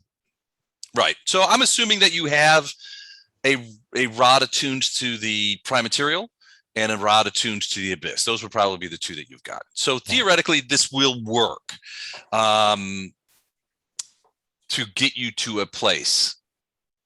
And We so, got to that you leave this choose. plane to drop into the Minotaur's plane, right? yeah. Well, his plane is the abyss. Right. So it's one plane in the abyss. Yeah. So Okay. the thing about is, so give me a quick, do you have knowledge planes? I do. They all Okay. do. Give me a quick Well, knowledge planes check. 21. 21. All right. So a couple of things that you know about this particular plane, right? So first thing you know is that the Ivory Labyrinth is a layer of the abyss ruled by Baphomet. We knew that. Sprawling maze world, the true size of which no one has ever been able to determine, for it seems to fold back on itself, shift, and grow randomly. This could impact your ability to choose a place of strategic importance, or even to identify the places, because you may be able to see and pick based on a map, but the map is going to shift, and you don't necessarily, these places aren't necessarily going to be named. Sorry about that. Okay. Right. Secondly, you know that navigation in the Ivory Labyrinth is difficult, if not impossible. If you're experienced in trailblazing and navigation or planar geography, you can navigate the labyrinth to various known locations, which will show up on the focus map, provided that the traveler does so within the rules of the maze and doesn't attempt to cheat via flying over the labyrinth's walls. Teleportation offers the easiest method of travel, provided the teleporter knows the location he wishes to visit. This is where the Ring of Planar Focus will really benefit you, because it'll essentially it'll essentially eliminate the chance for error in teleportation within the labyrinth. Right. So you don't need to plane shift to the abyss or to the Ivory, whatever, and then teleport to the location. It'll just take you right to the spot. Right. So the other thing you know is that there are entire mountain ranges, forests, sprawling underground tangles, swamps, plains of bones, even more terrible places that exist within the Ivory Labyrinth, including two cities, one named Blackburg and the other called Echostal. Of these two, Blackburg is the capital, and at the city heart of Blackburg rises Baphomet's Tower. Blackburg is sort of thought of as the center of the Ivory Labyrinth, and it is here that you figure it's most likely to learn of current events going on within the realm. Okay, so I don't know. The description for the ring says it has to be a public or well-known area, such as a public plaza in the common quarter in the city of Brass. So the question would be, is this capital city considered a well-known area, and would it have like a city square, right? The city that you're talking about that has Baphomet's Tower. Right. It would be considered a commonly known area. It does not have like a city square or anything like that. If anything, it's a tangled city. Okay, so there's not really anywhere within the city that you could target. Theoretically, you could. Based on Google Maps of the planar. Google Maps. There's nothing that's, so if you look at the map with the planar focus, you look at the map of Blackburg, in the middle of it is this huge tower. That's Baphomet's Tower. And you figure that probably planar juping right into there, it's probably not a great idea. You can pick a place in Blackburg. Basically there's two places that sort of stand out to you as you look at this map. One in Blackburg, you could probably just pick a random place. There's nothing in the city itself that stands out other than the tower. The rest is just buildings after buildings, streets after streets, that kind of thing. You're not sure. I mean, you could pick a place at random. There's nothing stands out to you as being this is a better place than that. Second, there are scattered about. Now they're not in Blackburg, but they are scattered about in general areas. You can see 6 to 8 of these little things that you probably would recognize as sort of reception areas.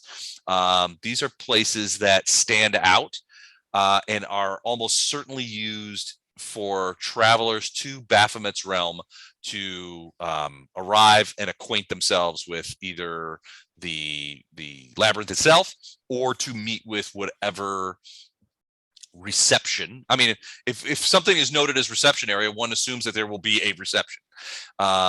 So I mean, there's assuming that there may be helpers there to ask questions, ask your business, and direct you to the appropriate place. Maybe even give you an idea of where to teleport to get your job done. Yeah, but I'm doubting that those reception areas are going to be very receptive to a group of primes who are in at least several of us glowing with good.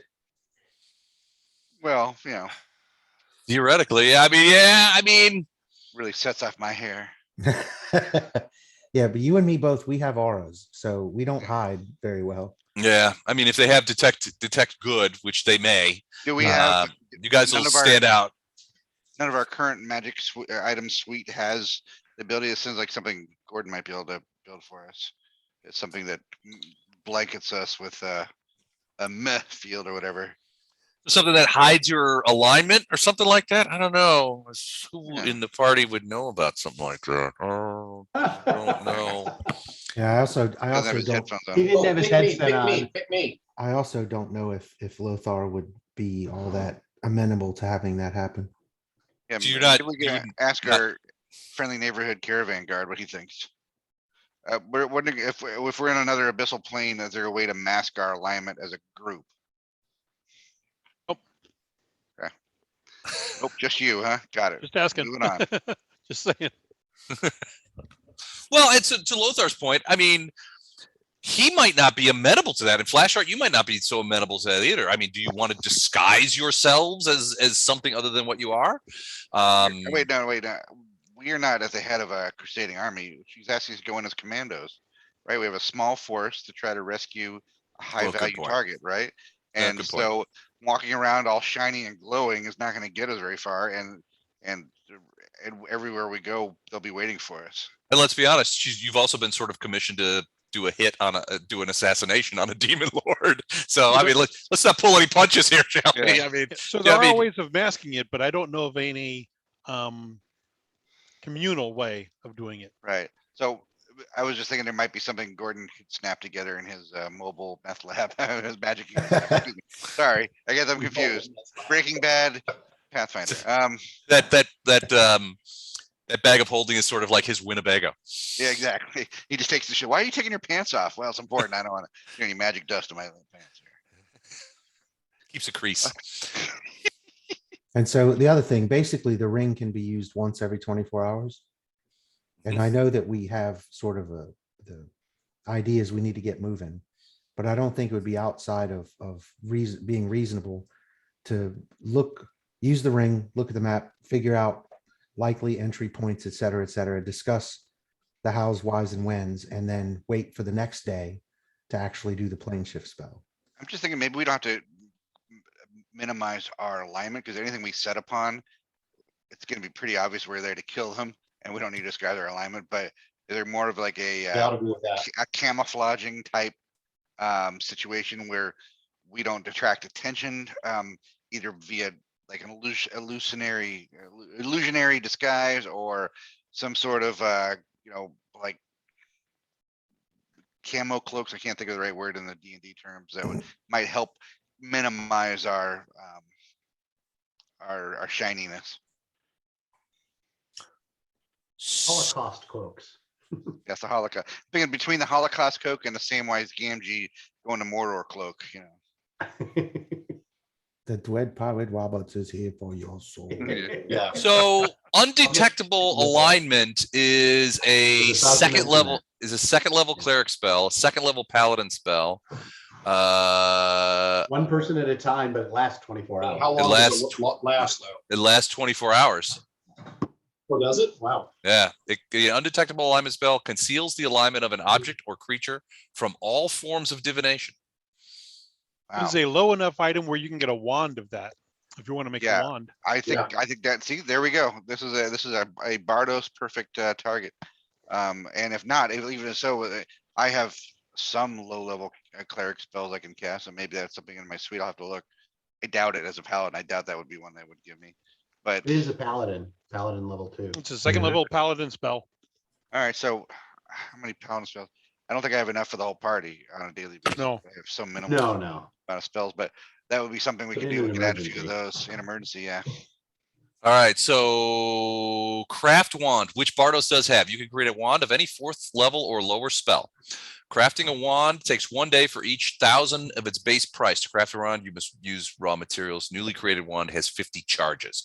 All right, so let's check Base price, please. what the base price is going to be. Wait, before you say, I want to do a Price is Right situation here. I'm gonna say 1,780. 1780. 1781. Oh, you son of a. Oh, Yeah, there's Don, always what do you got? there's always the a-hole who does $1 Yeah. more than the guy next to him. Yeah, Don, what are you They're gonna do? so smart. I've already looked it up. I'm not answering. All right, Chuck, is 750. that everybody? way higher. Okay. Yeah, there's always one. We'll say Don chose one. There's always one Jagoff who takes one. $1, please. You all Uh, overbid. Are you guys ready? I'm ready. I'm ready. Ready. Assuming that Flashheart is going to provide the spell, a wand with 50 charges will cost 6,000 gold pieces. Yeah, Flashheart's not doing it. The cleric is 4,500. Is Yeah, Lothar going to do that? Lothar can cast it. Yeah, I can cast it. Okay, so We have 4,500. to do But 50 will you? charges? Well, obviously, before getting involved in that, I would consult the consult the magic item that I have. You'll be fine. I do understand the benefit of like he said, we're a SEAL Team 6. We're Yeah. not the 79th Infantry. So Right. there's only a couple of us. We're We not might coming want as to liberators stay here. under the radar. All right, 4,500, but it's going to take you. It's going to take Bardos 5 days to make it. All right. Well, Bardos, here's a Red Bull. Let us know how it turns out. just keep hitting them with haste spells. Yep. All right, do you guys have the 4,500? Who's We got the must kitty? do, right? Who holds Who the? has party treasure? Yeah, I The think drow I does. perpetually- And I I perpetually- loaned I loaned most of my money to I perpetually just loan mine back to the party. So let's see. Yeah, we What do don't have. Well, the big money push we were doing was for something we're no longer going to try. Right, so I didn't. Tyrendelev, you're talking about. Yeah. Okay. Yeah, anything that anybody said. What happened with it? I can't remember. Do we say it's not possible? Well, what you guys His were able soul to. is not. Yeah, Oh, right. It's an not. undead or His soul whatever. is not with the dead. We might come across him, but he's not going to be super happy to see us. Well, his spirit is not in Pharasma's keeping, so that usually indicates one of two things: either he's been magic jarred or something, like his spirit is trapped in some sort of object, or he's been made into some sort of undead, Uh-oh. Red alert. which traps the spirit. Mike So is, at the helm. you don't know which, but Karamzada, who was his worst enemy, had control of his body. So he may have done any number of unspeakable things that We're may gonna or fix may that may or may not show up in the next book. Yeah. And so my assumption is any money that you dedicated towards that effort has been given back. Correct, I didn't. A few people had said that I'll give everything I got, but they didn't give me numbers, and when it became clear that we couldn't do it, Right. I just didn't do anything with it, so I don't have what people said they gave me. Yeah, I don't, like I said, I think I haven't needed money for a long time unless it's contributing to magic items. So I don't know what, I have to find my old character sheet. You don't use money? Not What are you, helping with what are you, some sort of filthy socialist? Yeah, Everywhere I go, things are just free. I did use money to I've pay got a off fair our little amount that buddy. was- By the way, you didn't answer me on that, Les. What's that? My request for some new church servants. Oh, you mean Yardley? Yeah. I'll get I back to could you. bring- Yeah, Yardley and family. Whatever happened to Mercy? So what's in the still here. party booty, Mike? Hang on 1 second. Wow, it's empty. That's weird. I don't think we have much. Mike. What did we spend all What's that that? money we got from the? We had taking 4 down the red- tapestries, each worth 5,000 gold pieces. Yeah, I have Um, not added what we got from the last email from Les to the top party booty. Before the last email from Les, we had around 7,500 in party booty. I'm looking up my last email here to remember because I don't remember off the top of my being what I actually gave you guys. Probably is too much. And so there's a lot of stuff we need to sell off. Well, if it's magic items, it's better for us to. Yeah, no, put it- no, I'm talking about the mundane stuff. Yeah, Yeah, we gotta go see our fence. Oh Wait, yeah, Les, there's is that in the Paladin's book? Cannot see your fence. No, but sure. I mean, you have to get rid of stolen goods. I mean, somehow. I mean, even paladins sometimes steal. these goods aren't stolen. They were liberated from evil creatures. Well, so you do have a fair amount here. So there was not much time for looting before Nocticula put the hooks to Baphomet, but you were potentially able to come away with a few things. 4 tapestries, each incredibly well made, worth 5 grand. A large chest, unlocked, contains 45,527 silver, 16,900 gold, and 410 hang on. platinum. How So much there's silver? sorry, 45,527 silver. 16,979 gold and 410 platinum. 5 matching topazes worth 650 gold pieces each. A potion of tongues. The spell, not actual tongues. An oil of stone shape. I'm glad somebody laughed at that. A potion of tongues, the drink that tastes you back. Oh, delicious. An oil of stone shape, 3 scrolls of commune, and a scroll of true resurrection. I think one of those scrolls of commune was used to determine the state of Terendaleb's spirit. Yeah, I believe so. So 2. A wand of restoration with 11 charges, a decanter of endless water. And I don't think you actually brought this with you, but a crystal sitting on the desk that was a Nihydrian crystal that's only a few days away from being purified and ready for shipment. So you guys left that We there. did not take that. Right. We did not check Gatto's pockets, but we did not take that. He did not take that either. Now, you did lodge 19 rescue drow at the Worm and Pyre with instructions to find the 2 drows that were there to get them back to the Prime. You coughed up 3,000 gold pieces to Belisarius for that. Yes, I took the 3,000 off of our stuff, or actually my stuff, to do that. Okay. Mike, do you have the new things? What's Do you that? have them written down? Do you have the new things written down? 4 tapestries Not worth the 5,000 magic each. items, but I've got all the mundane and the other stuff. So we're looking at. So we're up to 7 plus 21, so 28. We just take the 4,000 and move on. 28. So we're up to about 34,000 ish gold. Is that it? No, we have more than that. He's lying. He's scraping some. Yeah, this is the drow. You don't Chuck, have to just trust the drow. It's the You. caravan guard get work. give me another knowledge planes while you're working on the ring real quick. Okay. I'm just winging it, and I've got 43,000, Mike. We got Flasher's You gonna get hire 43,000 on that. a forensic accountant to do the books here. Okay, so 4 tapestries at 5,000 each. That's 20,000. Oh, I wasn't counting the tapestries. Is that? Oh, well, let's sell those. Yeah.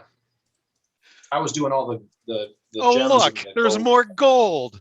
Huh. Can the paladin Honest mistake. can the paladin use a wand of restoration?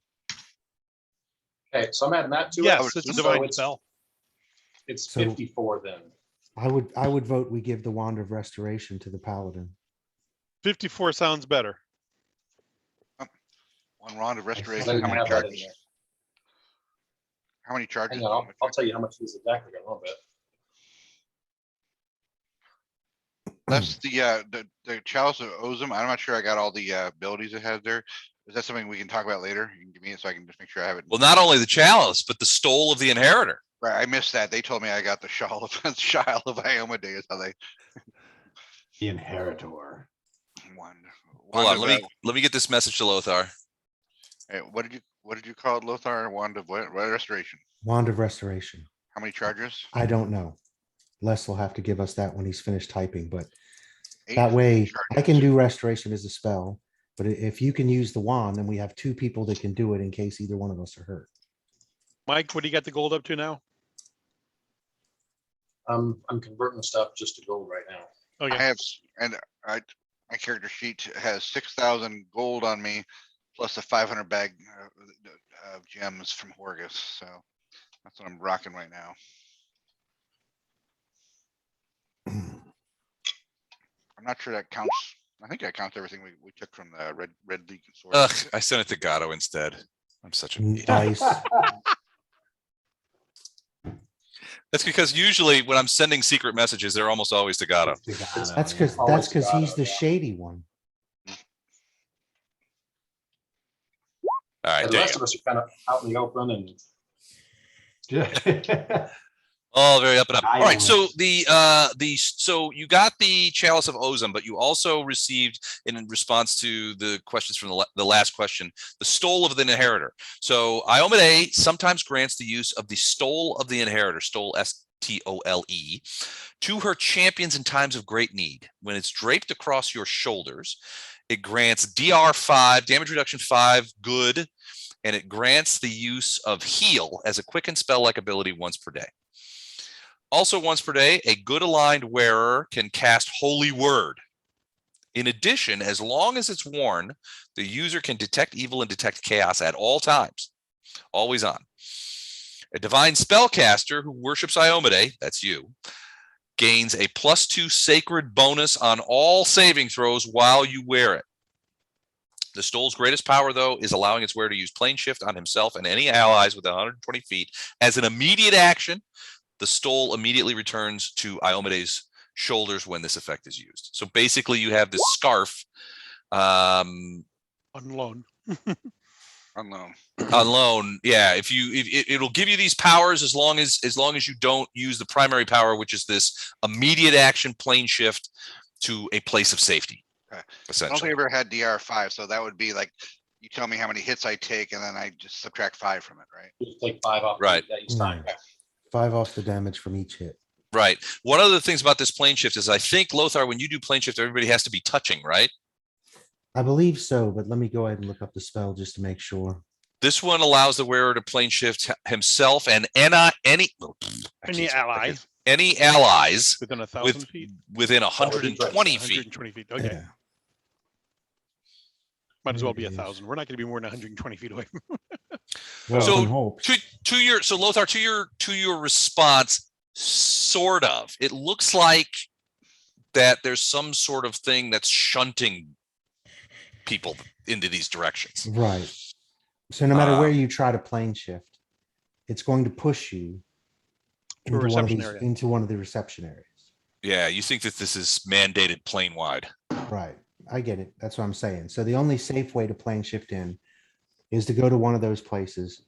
And if we're going to get a wand or use spells, whatever, and do the conceal alignment, we need to do that and then plane shift in so we don't show up as a beacon of red attack energy.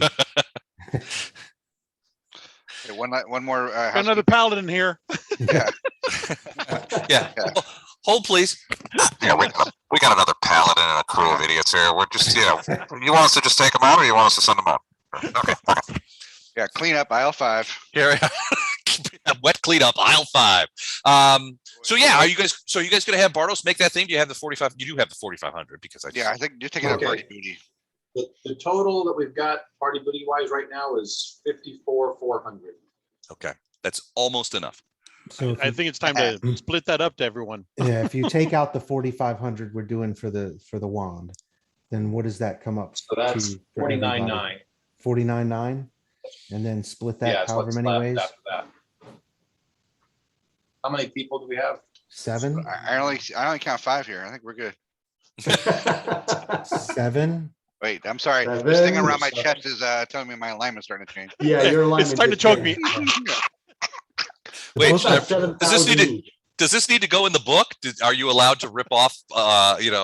people who aren't Party there? members? Non-present party Yeah. members. say the book shows up in your hand, open to the Yeah. page with a giant no. Actually, Let's- I'm keeping back. I've always kept like a resurrection slush fund, so I'm keeping 10 grand in the party booty. Why are you keeping it? So because he's- I'm the trustworthy. He's You know, our I'm the drow, the accountant. trustworthy. Yeah. So when He's I the one- take 10 grand, he's the one who 10 takes- grand. Yeah. Each person gets 5,700 gold. Honestly, Les could have given us $1 billion gold by now. I never remember to write it down. So if Mike didn't tell me what money I had, I So- probably wouldn't have any money. So the 4 of you write down, add 5,700 to what you've got, and I'm going to send Gordon and Jennifer All right. email telling them to add 5,700 to what they've got. Cool. Yeah, when you And do I'm that now for Gordon, erasing remind this. him he owes me 6,000. Well, you wouldn't wait. What? Oh, for the scrolls. Yep. Yeah. Okay. That you guys bought while he was still in Lucianera, right? Yep, I loaned him Okay. money. Somebody was- borrowed money from Gatto. Yeah, that was really nice of you. What kind Well, of I rates mean, did you give him? Yeah, I what's gave the- him what's the- 0% interest. Yeah, I what's gave the- him a great Yeah. deal. What's the VIG on this? It's a big. I was just gonna say. Gatto is the Joe Pesci of Evolutionera. I put some money on the street. Some demon is like, "Go get your shine box, Gatto," and Gatto's like, "Oh, ho, ho, ho." And he ends up in a trunk. All right, Matt, so clown, do I use you? I'm assuming that you guys go ahead and let Bartos go into his laboratory and craft that wand. So 50 charges of undetectable alignment, each working for 24 hours at a whack. Okay. Yep. So you have to cast it. So what that does is divided by 7 is. I don't need it.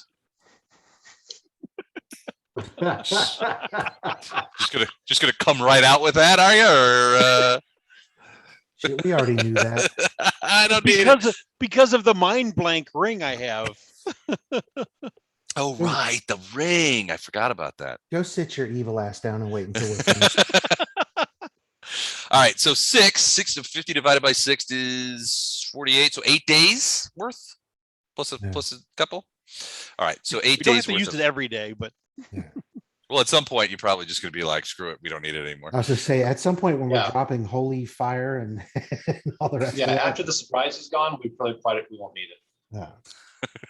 Well, yeah, at some point, if you guys do something, odd, I guess would probably be, considerably odd. All right. So is there anything else that you guys want to do while you're in Dresden before, I don't know, that Chuck enacts the power of the focus ring and plane shifts you guys into the abyss again?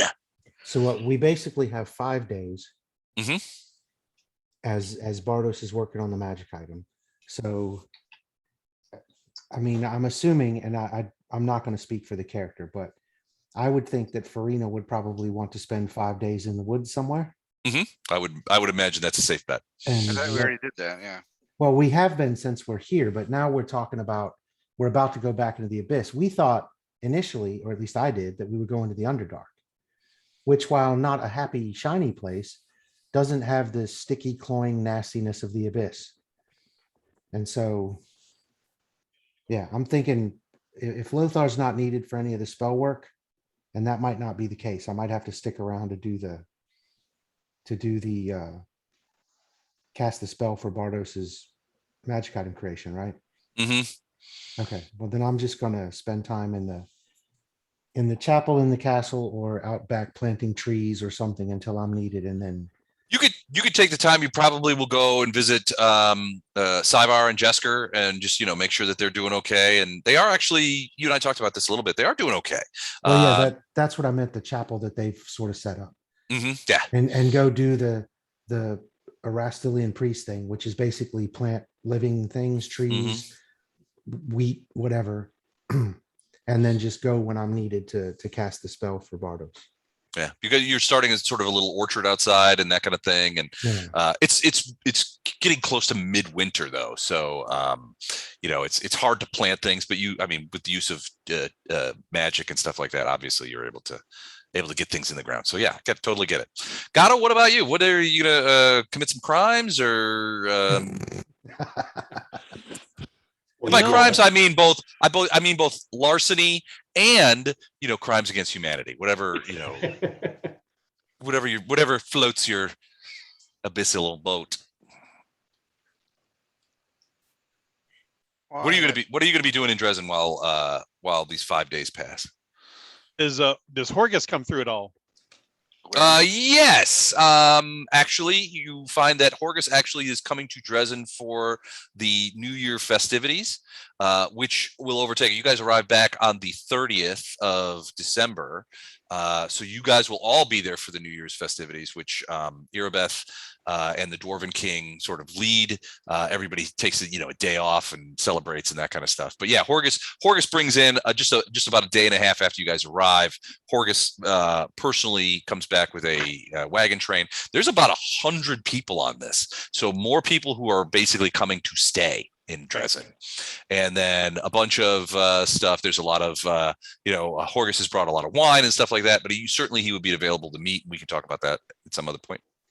Right. I am going to do not sell our sky whale to Horgus. I am going, No. Well, yeah, people are mostly like, Horgus is coming up the road like, Rental. the fuck is that? I'm going to spend my time drinking for free because I am part of the awesome people. Fellowship of unwitting participants. The fuck. I am going to practice my trade a little bit, but not keep anything. I will, turn everything into the lost and found at each establishment that I practice at, because I don't want to get in trouble with anyone. But I have to stay sharp. Okay. I will. And otherwise, you and I will talk later. Okay, sounds good. Doesn't sound shady at all. No. All right. What about you, Fletcher? What are you going to do? People are giving you the hairy eyeball, that giant Glabrezu arm on your arm. I mean, it's not giant. I mean, it hangs down below your knee, certainly, but it moves. I mean, from your point of view, it's just weird looking. And frankly, you're a little weird looking anyway. So I'm enjoying that. I think you're that's probably just as about the most scarred up elf in all of elfendom at this point. Yeah, and I think Fletcher's kind of enjoying that at this point. Kind of likes the off-puttedness that seems to accrue. Yeah. I mean, you end up being approached by some. Understand that Dresden is now becoming a place where sort of condottieri captains. So you guys know that from the Crusade that a lot of times nobles from all over Golarion will raise a company and come to the Crusade, right? But also mercenary captains will side on the side of the Mendevians and that kind of stuff just to get fights in. And so you find yourself more and more being approached by these mercenary captains, these condottieri captains who, may not necessarily have all of the holiest objectives to join in this crusade. But you know that Queen Galfrey also hires a fair amount of mercenaries. So Mendev is a pretty rich nation, generally speaking. So she has hired a lot of supplemental dudes who may or may not be fighting, who are not fighting for Iomedae or Erastil or any of the or Desna or Sarenrae, but instead are fighting for cold hard cash. And those guys are finding their way to Dresden too. So I mean, I don't want to speculate on your piousness, but it may be that you find yourself in those groups more often than among some of the other Crusaders. Is that legit, or? Yes, that would be legit. Okay. Just feels right. Got a slot free. I'm sorry? I'm asking the party who's got a cloak slot that's free. I mean, I have a +1 cloak. That's all I got. And a kick-ass stole. I have a cloak of resistance that I kind of enjoy having. Yeah. What's the cloak? I have a cloak, but I'm always looking. What do you guys have? I'm going to be one day away from making a cloak of resistance +4 for me. But so I've got a cloak of resistance +2 that now becomes available. That's what I already have. Okay, so you already got. I'm not sure if Arena has a cloak right now, does she? Yeah, maybe save it for I don't know. Does a cloak of resistance +2 better anything that anyone has? Oh, I just have a +1, but it is +2 resistance better than the +1 AC thing or whatever. Your cloak you've got isn't going to be AC, it's going to be resistance. Yeah, and I'm actually now I'm saying I don't even know if it is AC. I gotta go back and look at that. It's if it's cloak with a plus number to it, more than likely it's a cloak of resistance. Yeah. And I also already have a cloak of resistance +2, so it's even with what I've already got. Well, certainly excess magic items can be handed over to, other Crusaders. Commander Geyer will always be like, if you guys come back with a ton of stuff, if you need somebody to take it off your hands, I'm happy to do that for you. I'm just get clear out that bag of holding, whatever you need to get rid of. I'll make sure it gets gotten rid of. Don't worry.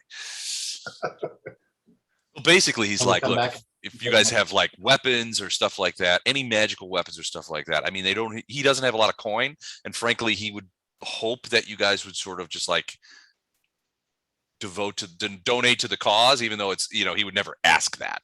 And if you guys insisted on money, he would certainly try and scare up the cash. But from having dealt with him before that, any magic weapon or anything that, he can use to continue the fight is something that he wants. I have a cloak of resistance 1. So would you rather have this one and then we'll put the one? Sure. Like I said, I don't know if Gordon or Jennifer have. Well, and what spot does the Iomedae thing take? Oh yeah, up? that's a good question. The shawl. The shawl. Hold on a second. I'll get you an answer there. Because I'm it is a pretty- shoulder slot. And I'm pretty sure that shawl acts as a cloak of resistance +2 because he said it increases your armor. Or Oh yeah, it does. So yeah, your saving throws by 2. So it is the same thing plus a bunch of other stuff. Plus a bunch of other stuff. Okay. Yeah, so you're going to want that in your shoulder slot. Yeah. Headband of Alluring Charisma +6. So you guys are just marveling at my beautiful face. Your Fabio-like visage. Yeah. Like that little cantrips. Just how does he do it? How does he do it? Nobody knows. Every time he walks, it's like slow-mo. Okay, I will send the email. Maybe he was born with it. Maybe. I am not saying it. Maybe it's Iomedae. Maybe he was born with it. Maybe it's Iomedae. I'd love to shoot that video. Oh yeah. All right. So yeah, that is the stole is a shoulder slot though. And unless, just to answer the question you were asking, yeah, Fletcher would probably hang out with some of those guys if he could have a pretty couple low level fights against evil creatures only, that he could test out this new arm and some of the other new things that he's learning to use correctly. Well, there's not a lot of like just evil creatures knocking around Dresden, right? There used to be a lot.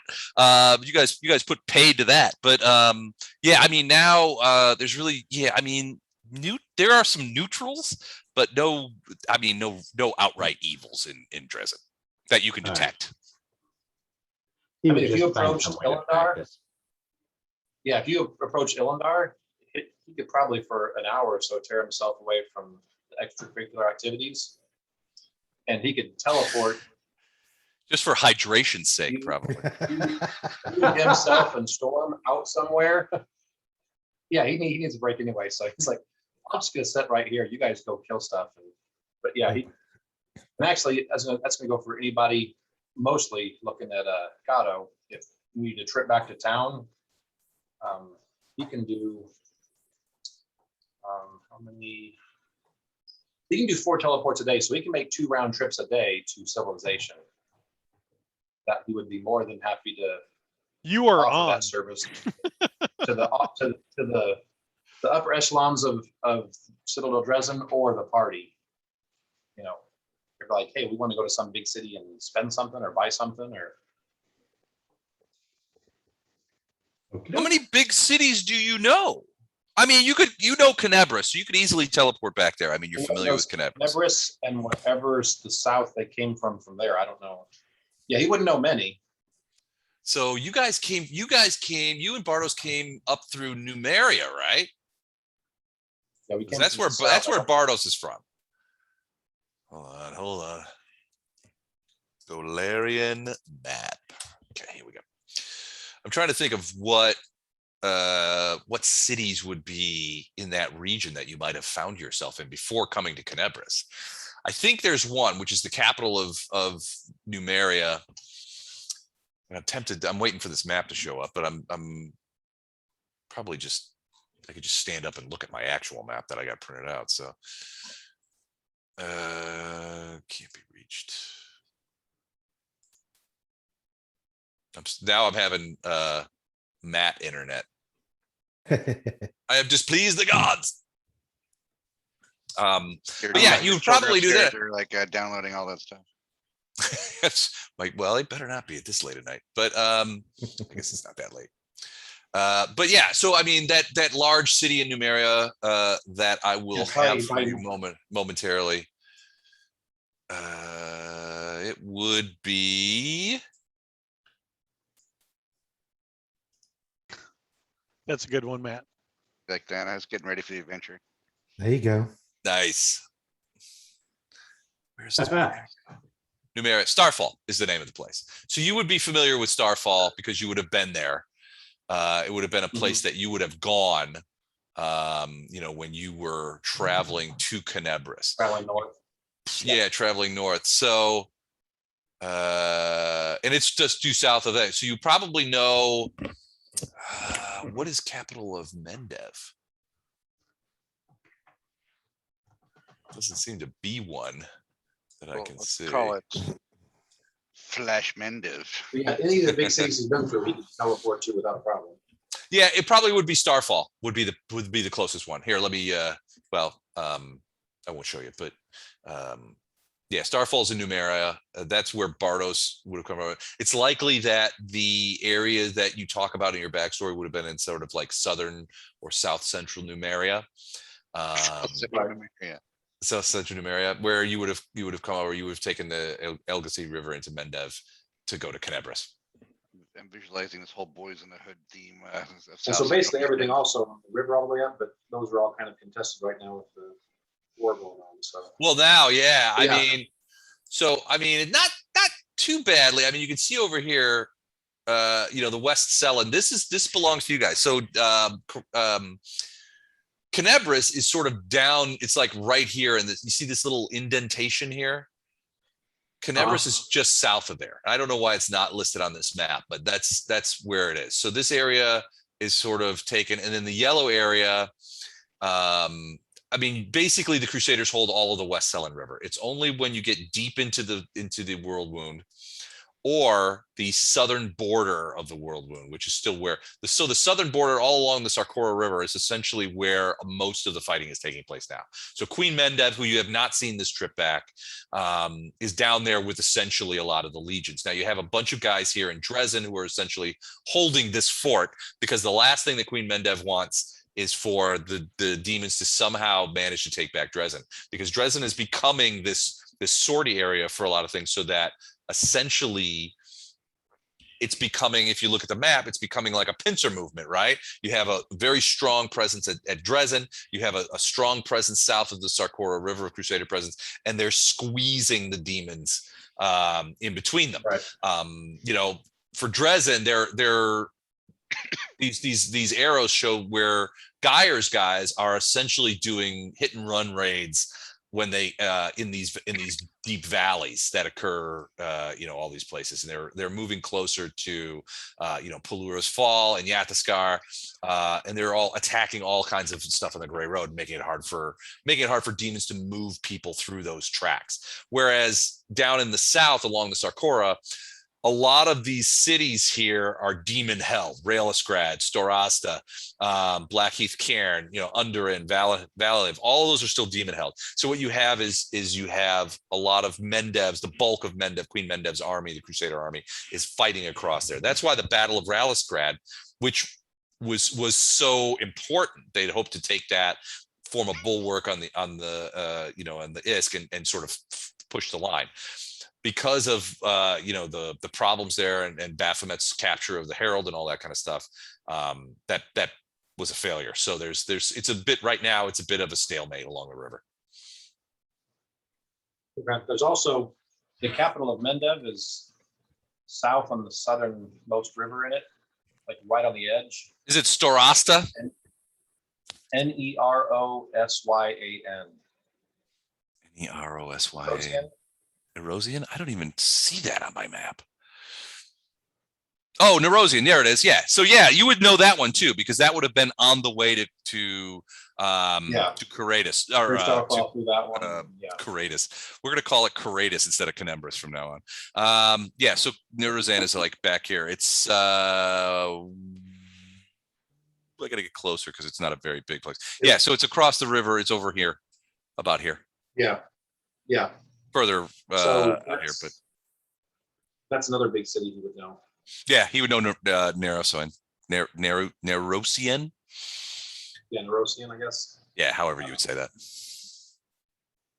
All right, so you would teleport to Nerosian, perhaps Starfall, to do what? To take advantage of things. You would have to go to Starfall. So Starfall, if you're buying magic items, you'd have to go to Starfall, because Nerosian, a lot of what the capital of Mendev is doing is supporting the crusade, right? So anything, I mean, there's just not going to be a lot for sale there. By order of the Queen, a lot of that material that's being produced there is going straight out into the armies. Starfall, which is known for its technological basis and that kind of stuff, it would be a place where you could sort of find stuff. So you would go to Starfall. Well, depending on what the person wants. So, like, for instance, if I'm taking Kato, it would be what he's after. But. Right. Yeah, but I mean, the most likely place well, first of all, Starfall is larger than Nerosian too, but Nerosian's production capability is devoted almost entirely to supporting the crusade, whereas Starfall is, you know, they're much more far enough away, commercially focused. Yeah, they're far enough away. Make sense? Like I said, Cardi would come first as far as offering that ability, but also if there was, you know, higher ups at Dresden that needed, you know, hey, we could be down here or get a message to someone down there, he would offer that. Okay. Like I said, you do it twice a day. Guam would be into that, teleporting goods around. Guam would.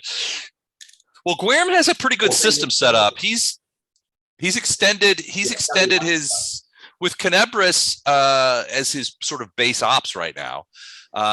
He's extended also to the south, and to the east. So he's essentially rebuilt his merchanting concern from scratch. And a lot of it is based on, you know, Dresden. Obviously, he is one of the single largest providers of goods and services from outside of Dresden to Dresden. He's also providing stuff, collecting and providing stuff to Iomedae, to Nerosian. He's expanding his operating network, which means that he has more and more varied things to produce. When you guys first started out, he was just bringing food and weapons into Dresden just as hard as he could get them in there. But he's making good bank from you know, doing the Queen's business, and it's allowed him to expand pretty rapidly.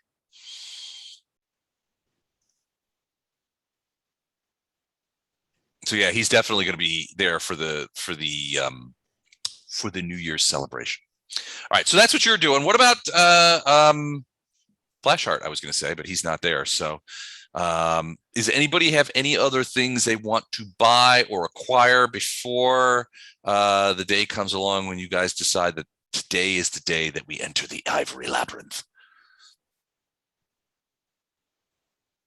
No? Don't think so. Okay.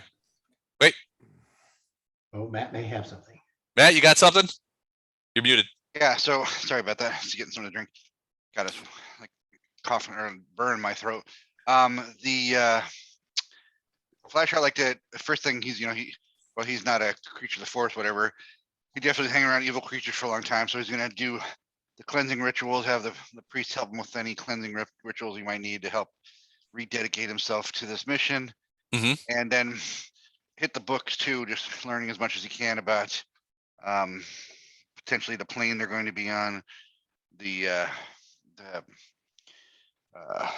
Herald of Iomedae. Yeah, the Baphomet's playing the Herald of Iomedae.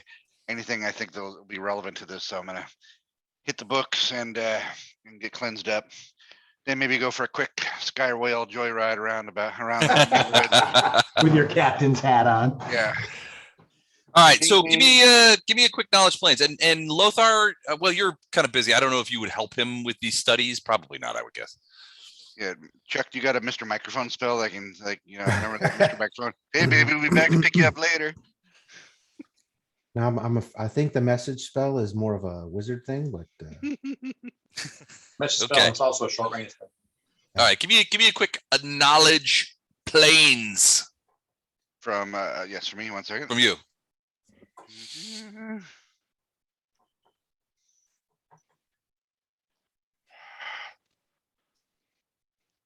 All right.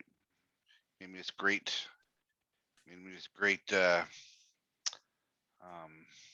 new character sheet.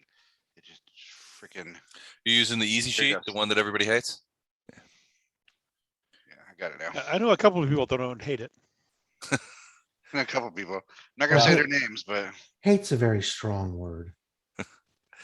I don't like it. I'm sorry. How I about always- actively dislike with a passion that transcends time and space? How's that?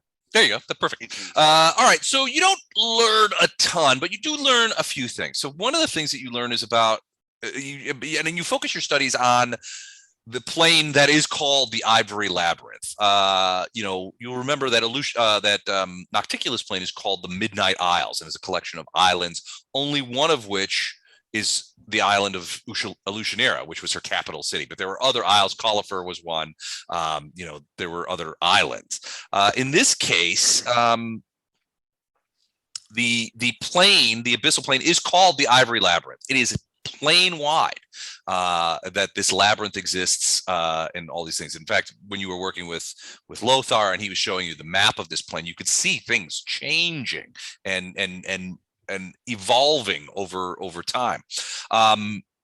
You did a little bit more research and you found out that the plane itself of the Ivory Labyrinth is what they call highly morphic and sentient. Baphomet can alter the layout of the Ivory Labyrinth at his will. But it changes itself as well. Only Baphomet can keep it clear in his mind. So realistically, it's very easy to, get lost. The plane itself is strongly chaos aligned, strongly evil aligned. This is a place where the actual stones of the earth are going to give off chaos and evil. With you wearing the stole and having detect evil and detect chaos going all the time, that's going to mean that you're going to have a fair amount of background noise, going on when you're trying to detect that kind of stuff. It has a self-contained shape. The Ivory Labyrinth covers an area roughly 10 times the size of the inner sea region. But many of the passageways on its edges connect to other points of the maze. A few passageways lead out to other abyssal realms like the Undersump or the Spiral Path or Camusia, but such exits are rare and they're usually well hidden. Finding one is unlikely by chance. One other thing you need to know is directions are not necessarily static. North in the Ivory Labyrinth is not necessarily always going to be north. So items that normally detect north will instead point to Baphomet's tower, which tends to be a single stationary point in which all the rest of the labyrinth sort of revolves around, if that makes sense. The other thing you do find out that the Ivory Labyrinth, you did know that this was originally designed by Asmodeus as a prison to contain Baphomet, but when Baphomet escaped, he took it with him into the abyss to make his home. A fraction of that original prison is said to be hidden deep within the maze realm, called the Breathless Fountains. This is the so-called ineluctable prison, and it's where Baphomet keeps his favorite prisoners. The prison is shielded from magical observation from beyond its walls, even from the sights of the gods. You cannot be seen with what exists within the ineluctable prison cannot be seen from outside the prison. Oh, that's our bound to Navron boys. When we have to take this place, that's where we're going to find the Herald. If you're inside the prison, can you do certain spells to locate objects and stuff? Theoretically. Okay. It's your plan to turn us in and have us work from the inside of the prison. You know, hey, look over there. That's not a terrible idea. If you you're a little short for a stormtrooper. You could go full on capture, right? Pretend to be captured, get thrown in the ineluctable prison, and then make your way out from there. Although that seems there's a lot of problems there. Chuck, add a clause. Don't make deals with demons. To when Les makes why'd you guys get yourself captured? It'll be fine. You know, add that. Don't make deals with demons. Or Gato. Or Gato. or when Les is being super amenable to a plan. Oh yeah, totally. It's a great idea. Why don't you let him torture you for a couple of days, and then you break free? You'll throw them off their guard. I'm sure that they wouldn't necessarily recognize you guys with that undetectable alignment. Even Baphomet couldn't pierce that. Well, he's been busy right now. What is it? A second level spell? I'm Yep. sure it'll fool him. At his full strength, sure, but he's got a lot of Bactine and butt hurting cream on that. Nocticula did put the screws to him pretty hard. He was not a happy boy. He is not currently detecting alignment on each and every person in that maze, realm. No, of course not. No, I mean it's an enormous place. Remember, what Flashheart found out is it's 10 times the size of the Inner Sea region, which is essentially all of known Galarian. It's 10 times the size of that. It's the world. Yeah. It's essentially an entire world. So yeah, I mean it would be. He would be awfully busy if he was checking. It was like, alignment check. Hey, I didn't get an alignment check out of that guy. Yeah. We're right there for you. Anything else that you guys want to do? Ooh. Joyride, blessing, reading. I think I'm covered. Oh, Chuck did give me, Lothar did give me a wand of restoration, but we were waiting for you to determine how many charges were left on it. Charges were on it. I don't know anything. Oh, the restoration one? Yeah. I don't know the Hold on. One moment. provenance of that bad boy. Stolen, probably. Here we go. Wand of Restoration, 11 charges. The wand of Westoation. Westoation. Welcome. Welcome, loved ones, to the Wand of Westoation.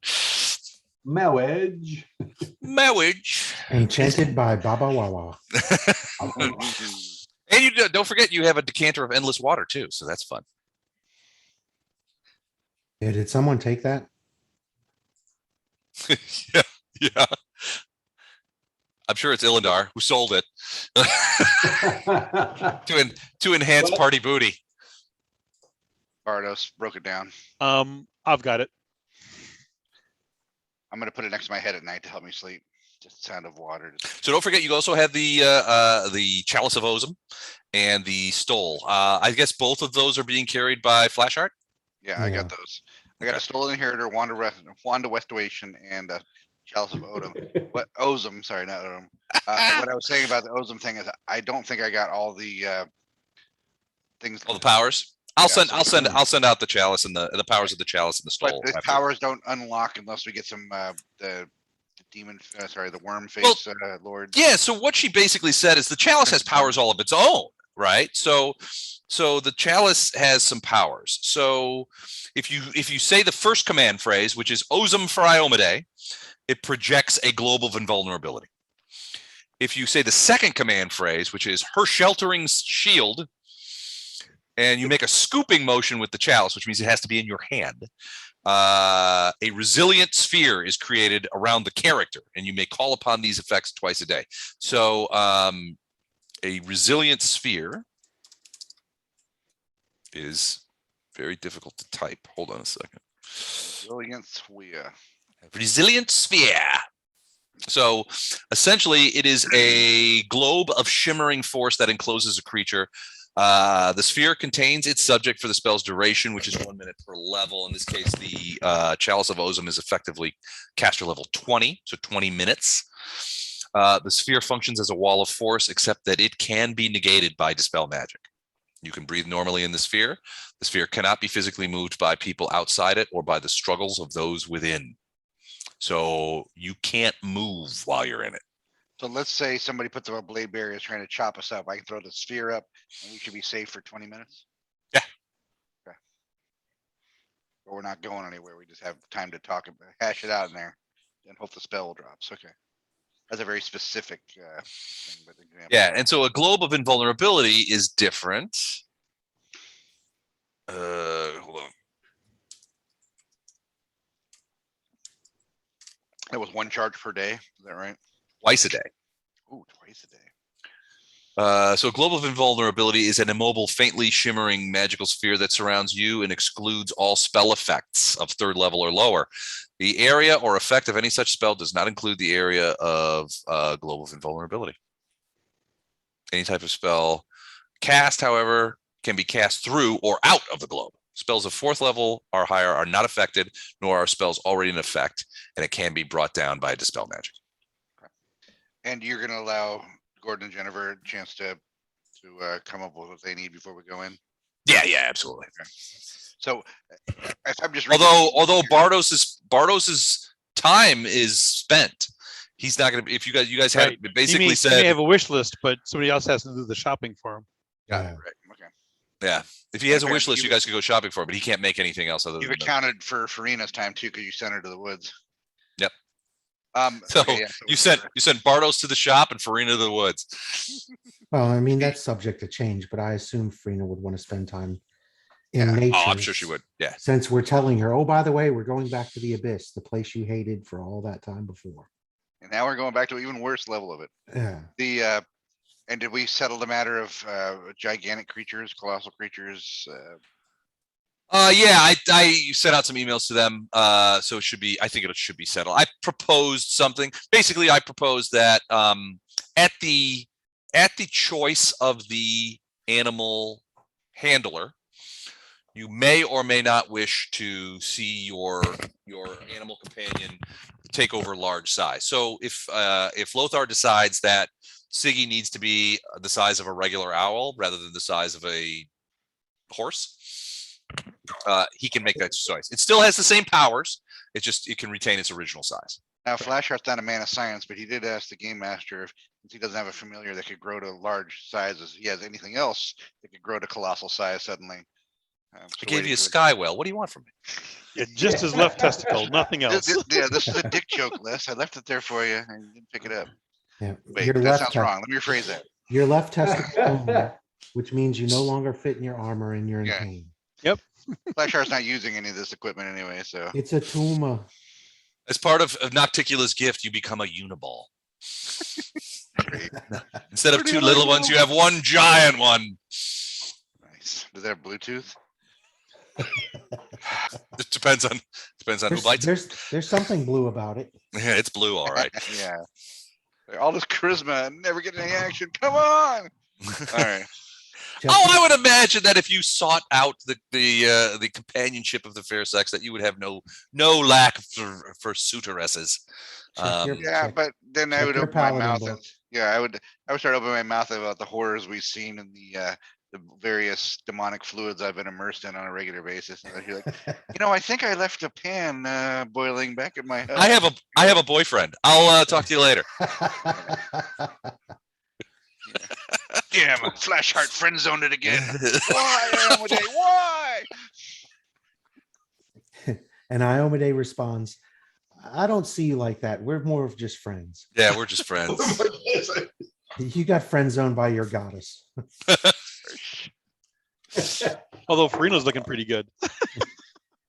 Good luck with that, buddy. Yeah, if you don't mind a chest full of arrows. I was Yeah, thinking, no I was thinking, no, I was thinking Iomedae says that.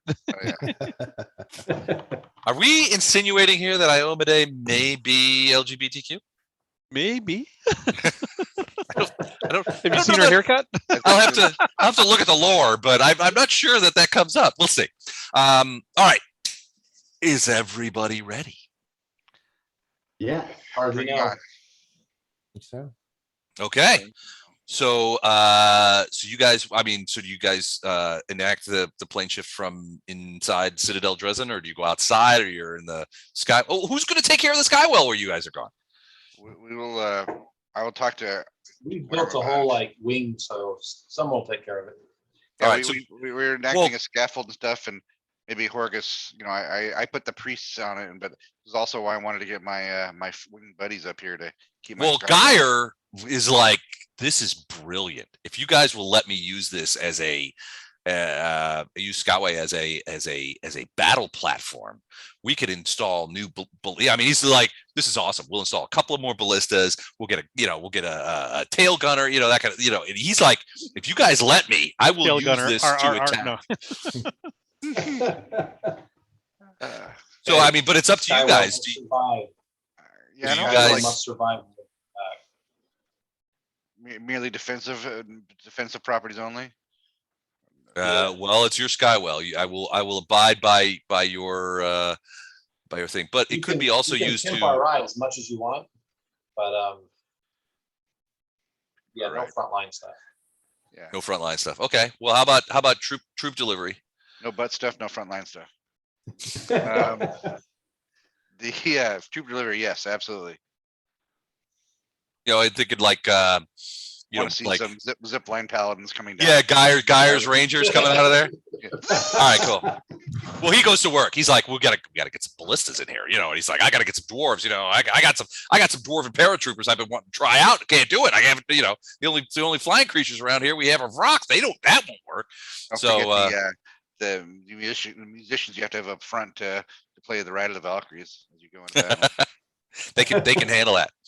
All right, everybody ready? So the first thing we're gonna do is use the wand for Just roll initiative. undetectable alignment. Oh yeah. Before we get there, yeah. Yeah, undetectable alignment on everyone. Okay. Not it. Are we And all then- dressed kind of muted too? I don't even know how we should dress, but maybe we should not be dressed. I already am.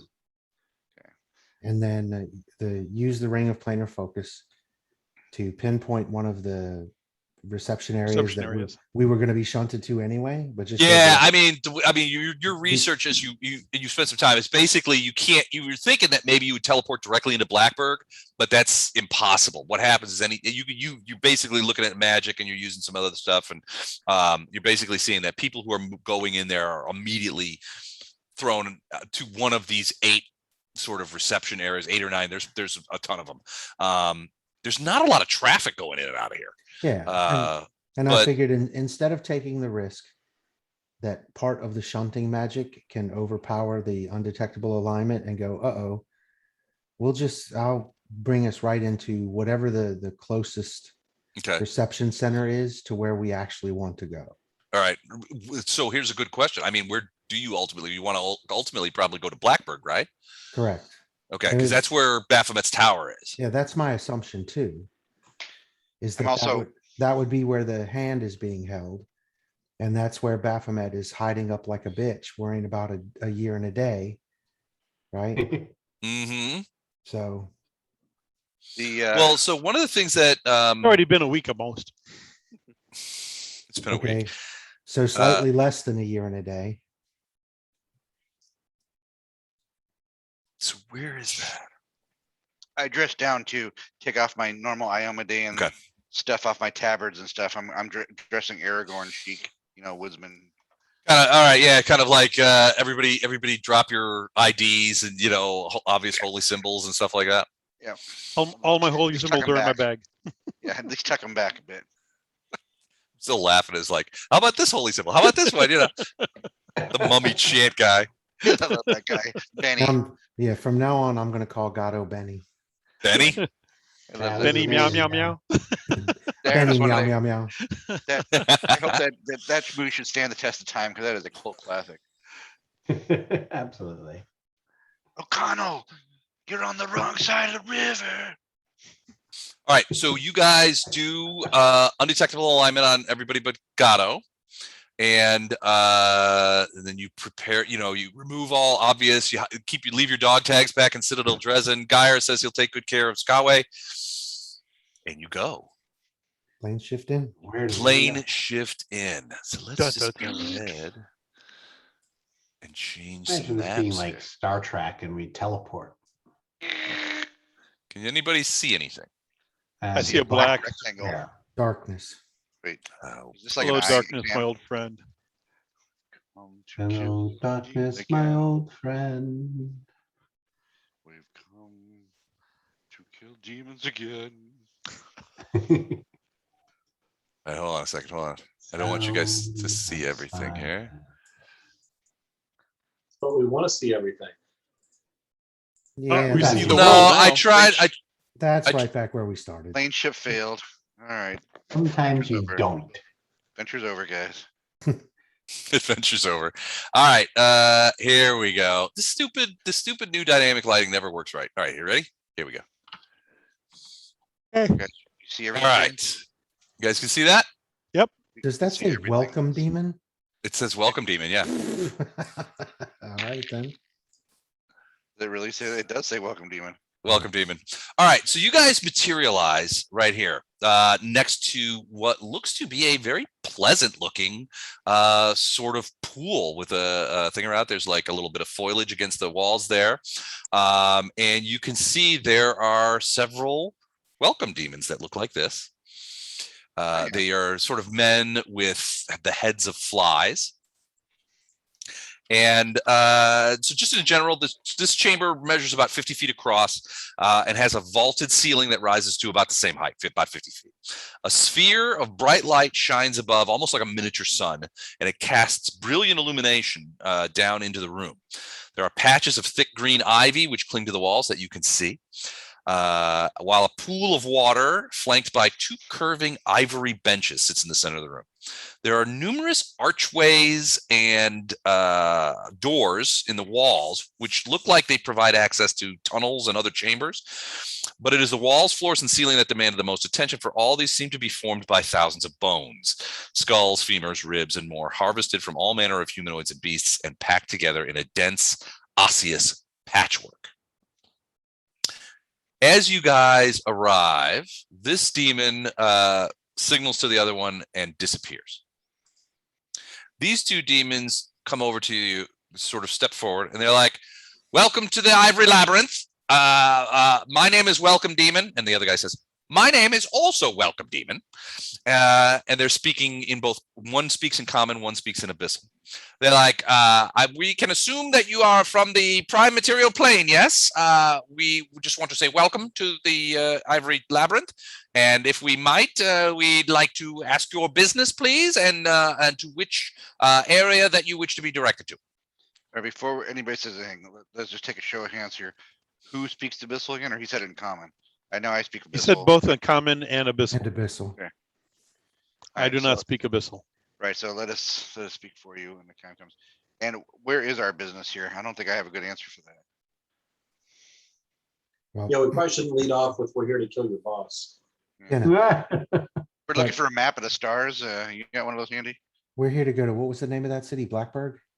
Hmm? We're here to travel to Blackburg. Okay. Blackberg, the jewel of the Ivory Labyrinth.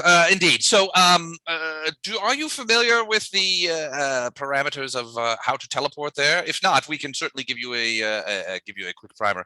Do you have the book? And the other says, of course I have the book. What do you think I'm doing here? And so he manifests a huge book, which he goes and sets down on one of these benches. Let's see here. Blackberg, obviously, is going to be one of the largest sections. He begins flipping through the book. Yes. Here we go. So who will be doing your teleporting? If that person would come over and take a look.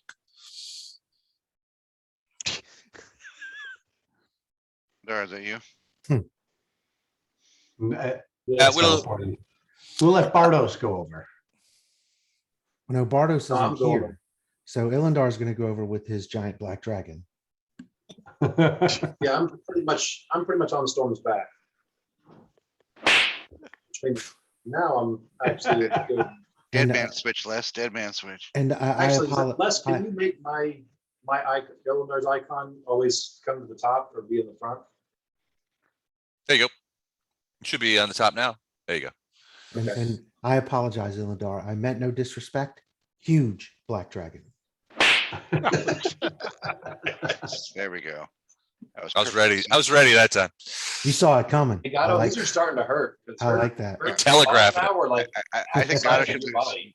I think Gato should lose 1 hit point each time, and Yeah, time thanks. will start to add up. Yeah, thanks. Oh, it's 4 already. Oh, it's a permanent All right. lead. So who will be doing the teleporting? So this guy comes over here and he's sort of like, is this you, Sir Drow? Yeah. All right. And he's like, look, if you take a look here, and he's speaking common. Do you speak in Abyssal? He's like, do you speak Abyssal? Yeah. I'll speak in Abyssal to him. Well, so he'll start talking to you in Abyssal. So you could say, there are several things. Obviously the teleportation things around, but there are several places which primes usually go to where they go there. Now, you have to keep in mind that Blackberg is a bit of a morphic city in which some places are around, but these typically tend to be safest. There are some places that cater to new arrivals and things like that. I could certainly give you the names of some inns and taverns that you might enjoy or might cater to your areas. But generally speaking, this one of 3. And he's like, look, if you look here, that typically is a place, and you can see sort of like the book kind of like holograms out, and you can, so as you're trying to figure out, to get an idea of teleportation space, like you have to have seen it. It gives you an opportunity to see it. He says, there's another one over here, and he pops that up, and there's a hologram of that. What are the rest of you doing? Are you talking to this other guy? He's like, just very curious. What brings you to the Ivory Labyrinth? We have visitors of all kinds, but we're also very curious about finding this out.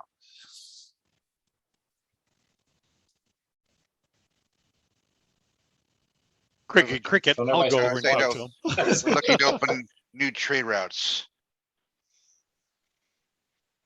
New trade routes with the prime material, then, you say? Among others. Yes, we are recently in Shanira making contracts there, but we want to expand Making our friends and influencing people. influence. Illusionera. Why does that name? Why do I know that name? The economic capital of the Abyss. Strikes a chord.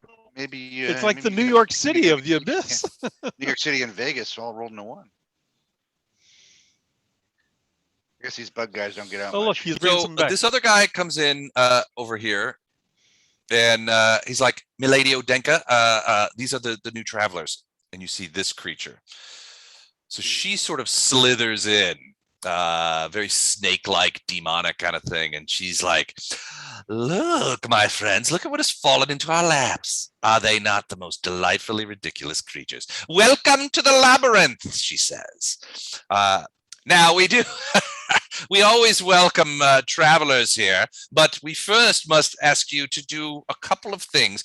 First, you must swear your undying love for Lord Baphomet, and I shall grant you access to the labyrinth. But oh, please tell me you are not friends of the Whore Lord, because I am always looking for fresh slaves, and you lot reek of mortal foolishness. The Whore Lord? I don't know who that is. The Yes, Horned it Lord, is. that's Baphomet. He's the Oh. called the Horned Lord. Swear your undying love for Lord Baphomet now, else You must become my slaves. So sure. What gotta, do you mean by swear? Seems Was pretty this simple. in abyssal or common, by the way? Because I can't respond if it was In abyssal. And I just la la la la la. I don't So hear I'll you repeat the comment that swearing. she said. I'm checking my alignment rock there. Does this look like it's gonna be okay or no? Oh, This guy, well, no, swearing your undying love for Lord Baphomet would definitely be a problematic kind All of right, effort. well, I've Right. got to get close then to swear it up close then. Well, this other guy is sort of like, well, yeah, you know, and so she's like, swear it now, else there will be trouble. And these other two guys are like, Fletcher, get "Ah, over you should-" there. Lothar, get over there by Flashheart. Did you Like, say So that this, in common? so this, I say that. this now, guy's, I whisper it to you guys in common. What do you whisper? Get over there by Flashheart. Oh yeah. I'm gonna say, my lady, we already have a master.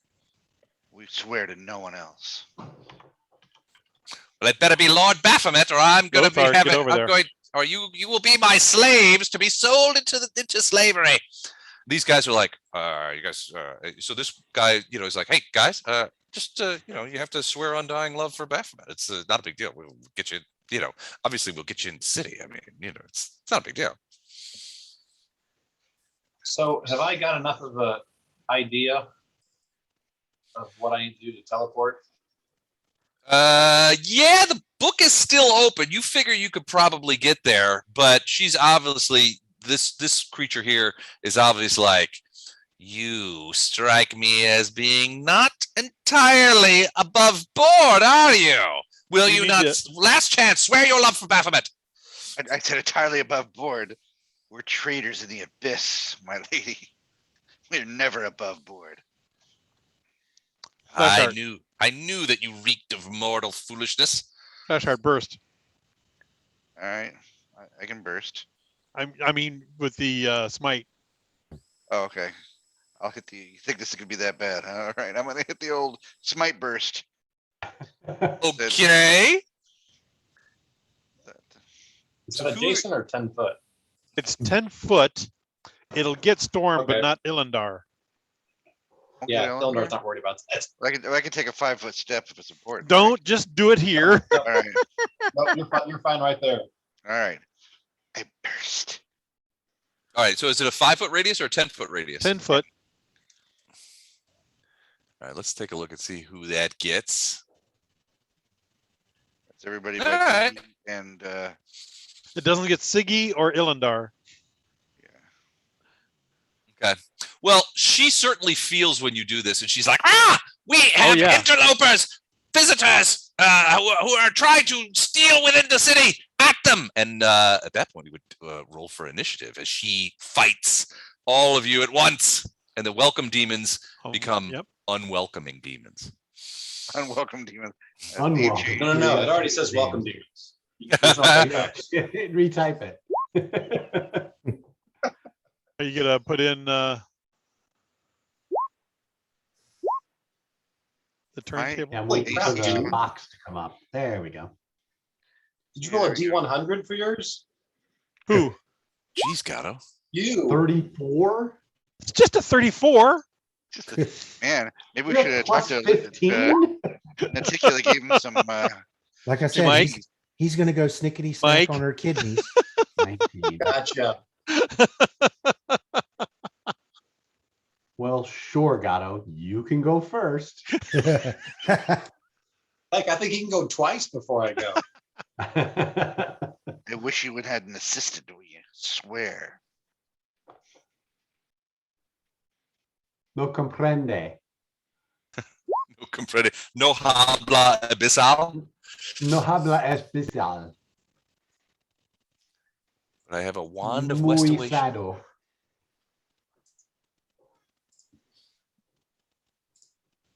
Ooh, she's doing good. All right, everybody in? Am I missing anybody? Well, you're missing Gordon and Jennifer, but they're not here today. Yeah, I'm in there. That's why I feel short. Can everybody see the yellow circle around Storm? No. No. Nope. I Wes, can. Can you either make everyone see that one, or we'll take that one off and you put a 10-foot one on her that There you go. everyone can see? Should be able to see it now. Do you want a different color so it's easier to see? Yeah. I see it. Because the background is yellow. So let me Right. we'll just flip that over a little bit. There you go. Because everyone in that range gets 2 added to their AC and 2 added to their saves because of storm. Am I think I'm in it, Dan. Yeah, it's you and Gato right now. Yeah. So you hear either what? So you hear this creature yell out, "Welcome, demons! At them! At them! They are trespassers! They are not here to worship Lord Baphomet. They will not declare undying love. They are to be our slaves. So try not to kill them too badly. We will attach their parts and undead them." They were like, "Well, we're welcome, demons." But yeah, they're in Yeah. when Odianka This level of violence. When Odianka says jump, they're definitely the how high sorts of things. So, Right. All right. So Gato, you're first. So Matt, when you do Smite Evil, what are your pluses? Jesus Christ. Mine would pay to look at. Always pop quizzes. All right, Add one it to sec. the sheet. Yeah, hang on a sec.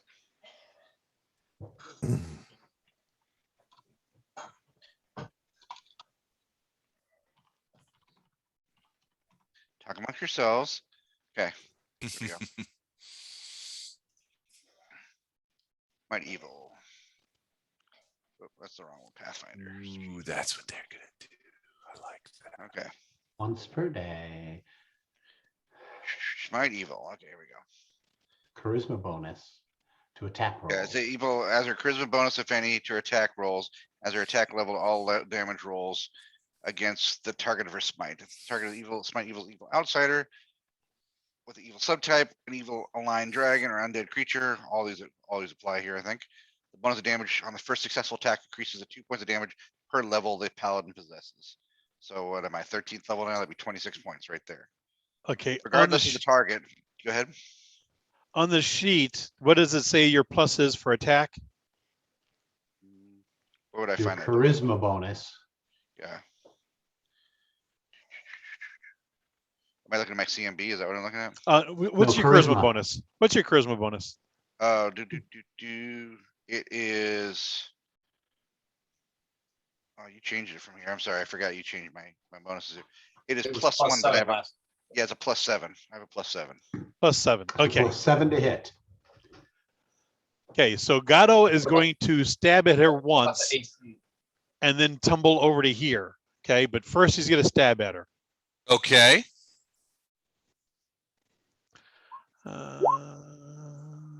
Remember, as long as they're alive, you get the same. You get the smite evils in effect.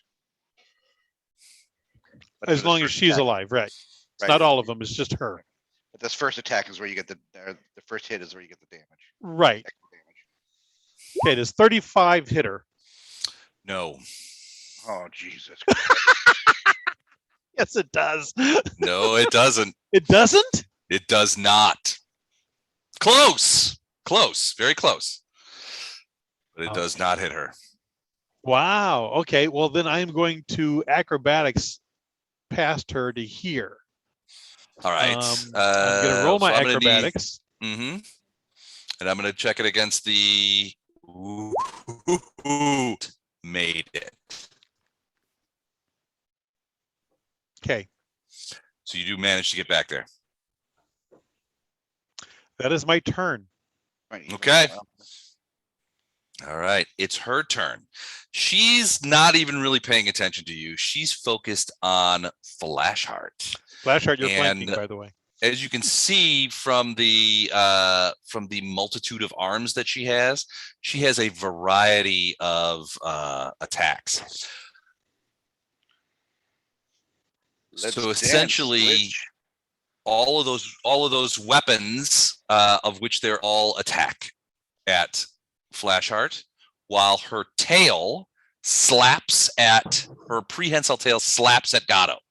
So let me do the 5 weapon Now, your attacks. Smite Eagle gives you a bonus All right. to AC as well. Do we have any? I'm just. We What's don't. that We didn't bonus have to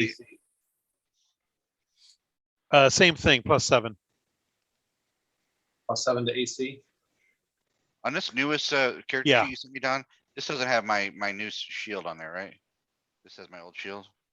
It has your old shield on there right now. Yeah. I gotta get the new shield thing going on. All right, you ready? You know what your AC is? Yes, well, I think so. But I think that shield is a plus. It's not- it's 9 points higher than what it is normally. Okay, then yes, I know what it is. Go for it.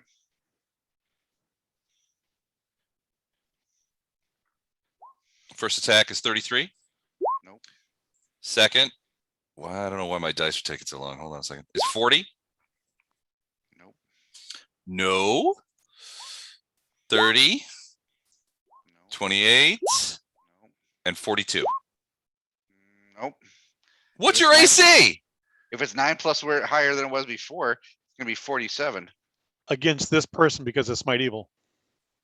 Oh man, 47? Smite Eagle makes a difference. Mine's 37. I mean, Damn. Yeah, well, and then Dr. Don here went to work on making sure I actually calculated my AC correctly, and then you gave me a kick-ass shield. Thanks, Man, Les. I gotta stop drinking. Thanks, Les. All right. Picked it. Tail slap against Gato.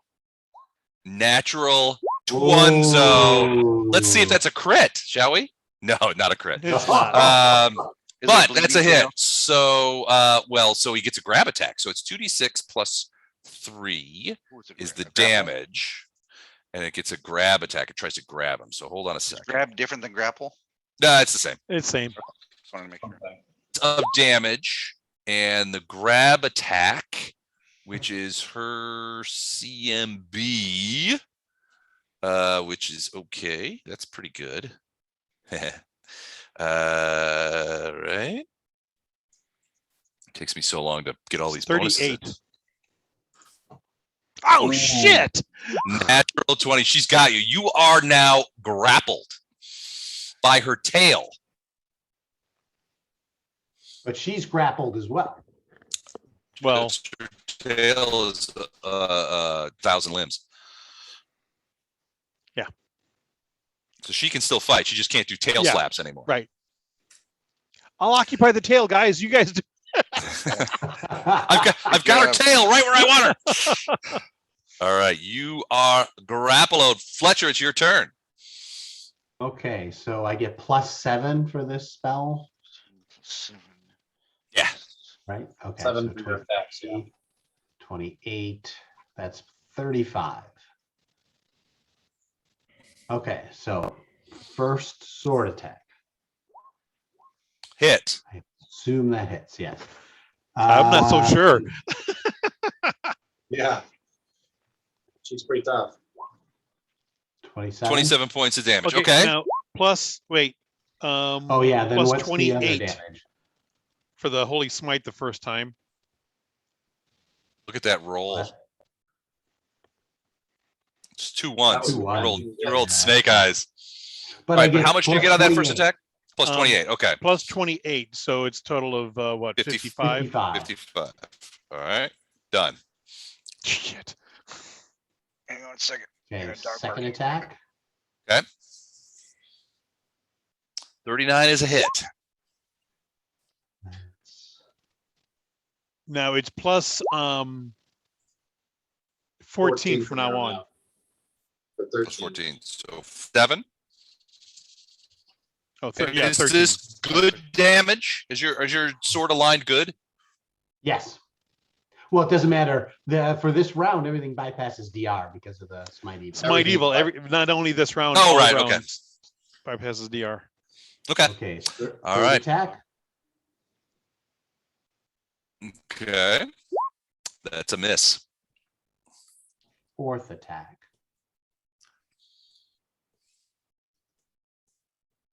That's a hit.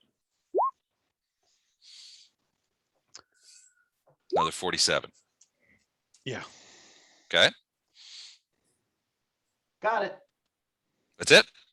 That's it. All right, welcome demons. This welcome demon sees what you're doing and stabs you in the back with flanking, which gives him sneak attack. So No, it does not. I'm immune to flanking. Barbarians Why? are immune to flanking. Once they get high enough, they are. Yeah, like level 4. Uncanny dodge. Yeah, uncanny dodge. I can't be flanked and I can't be sneak attacked. All right, fine. He's still going to attack you. Well, unless their rogue levels are like so many levels. Unless Yeah, they're his rogue unless they're level higher is level like than them. So 18. he probably can't do it, but she probably can. I don't know. They're 16 hit dice creatures, so technically they are That's higher not high level enough. than. It's not okay. No, it has to be 5 higher than me. It has to be 5 higher. Okay. Yeah. All right. Well, they're gonna. So this one is going to try and bite you with his fly proboscis. He can Oh bite me. shit! 43 hit ya? 43 would have hit, but that's Okay, still but his it's turn. converted. He's done. All right, then these two guys. Well, this guy's gonna go around 1, 2. Their speed is okay. So this guy lifts. No, he's 1, 2, 3, 4, 5. Hey, 6. Lex. Yeah. My 34, was that against her flat-footed AC? Because I moved before her. Or my 35 to hit. I'm just hoping. It's her flat-footed Yeah, AC. No, it wasn't. I mean, I don't Turn even order know what- seems to be out of order if it matters. Well, no, actually on yours looks okay. Mine looks weird. 35 doesn't have her flat-footed. Okay. No, it does. Oh, wait, hold on. Wait. No, it would have, just barely. Okay. Can I add my damage to her? I don't know. Flat-footed. I mean, you guys. So technically, she was Well- you guys flat-footed against her too. I guess so. How would be Yeah, flat? go ahead. We but basically okay, Flat-footed- during the flat-footed is- initial round. we went Yeah. right up to her to get this party Yeah, started. whoever. Yeah, flat-footed Yeah, is a flat-footed- garbage rule, and I hate it. But it is. It does deal. You would have hit because you would have attacked her before her turn. So go ahead and roll the damage. Well, it's up there. It's 4 plus That's no, don't worry. I got you grappled. You're gonna pay for it. Don't worry. 4 plus the 28. So that's 32 plus the 21 sneak damage that I did. Why would you get sneak damage? You didn't have her flanked. It was Oh, she just was because of flat-footed. flat-footed? Because he doesn't have her dex bonus? Yeah. Yeah, Right. this is a garbage rule. Flat-footed is a garbage rule. It's a totally is. garbage rule. It's shit. It would have been 53 points of damage plus 5 bleed. Well, she is indeed immune to bleed. So everything there it else is. that But we it would be face, 53 we- points. Hey, you guys let him do this. So yeah, sorry. Every time you as a group allow him to do these sorts of things, I have to punish you. All right, you got her, but you are still grabbed and I'm still grabbed. grappled, and I'm gonna make a mess out of you next round. So okay, Okay, so let's Mhm. hang on before you move those guys all the way to where they're going. Well, the one They're guy within- is The one guy with the 5 foot 5 foot step, fine. so he would not The other guy, though, as he started Yeah, moving, the that's one all behind way through her. would be in yeah. Oh yeah, he would That provoke. red space is also her threatened square, so she is He going would- to take an attack because if she bites, then she gets to trip. Go for it.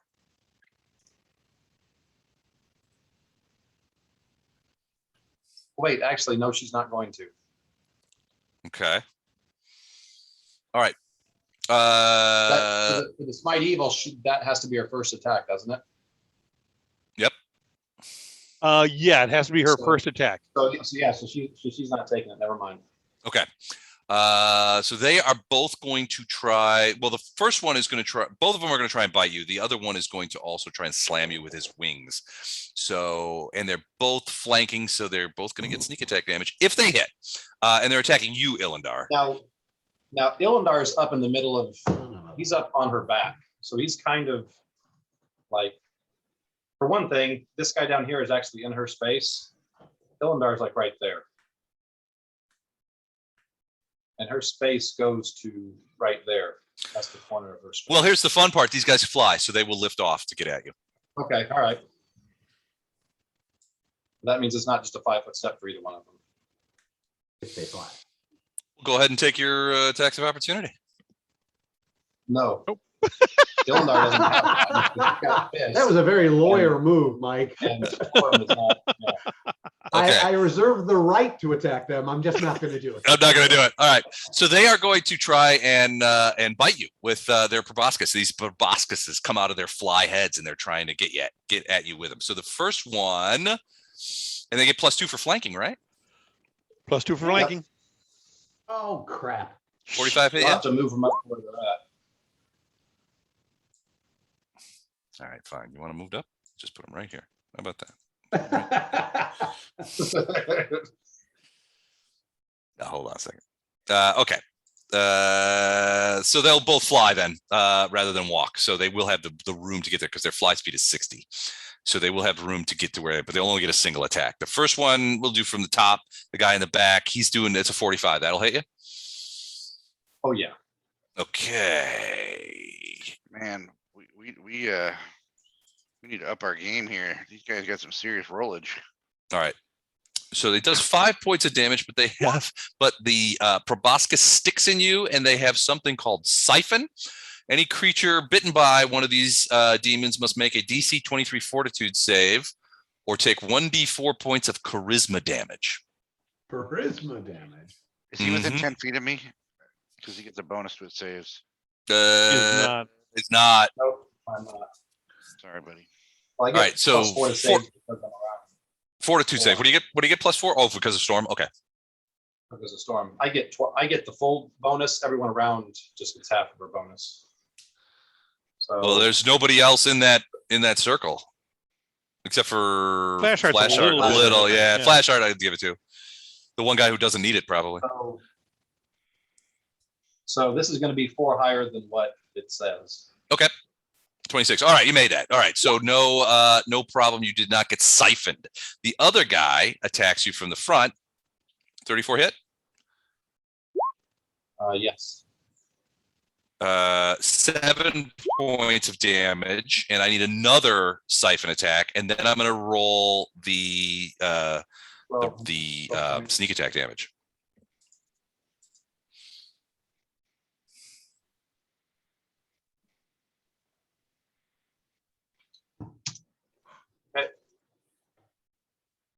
All right. So Okay. another fortitude. I need another fort. And- Same DC. Yeah, and this is 4 higher than what it shows. Okay. Oh yeah, no problem. So the DC is 23. But now from both of them, here's the sneak attack damage as they both hit you. So another 25 points of precision damage as they both slam these proboscises into your body. Ouch. Welcome demons don't seem so welcoming now. But now it's Hey, Les, before we go there, and I know that you're going to get mad at me. When you Sure. mentioned flanking, I forgot I did not put in my flanking bonus on my attacks. you didn't The need it. 35 that missed, would 37 have Well, hit? now wait a second. How are you getting a flanking bonus from Gatto? From Gatto's Gatto, grappled. He's grappled. Yeah. So, I can still swing at her. yeah, he's I don't still think a valid target. I don't think you can provide flanking bonus if you're grappled.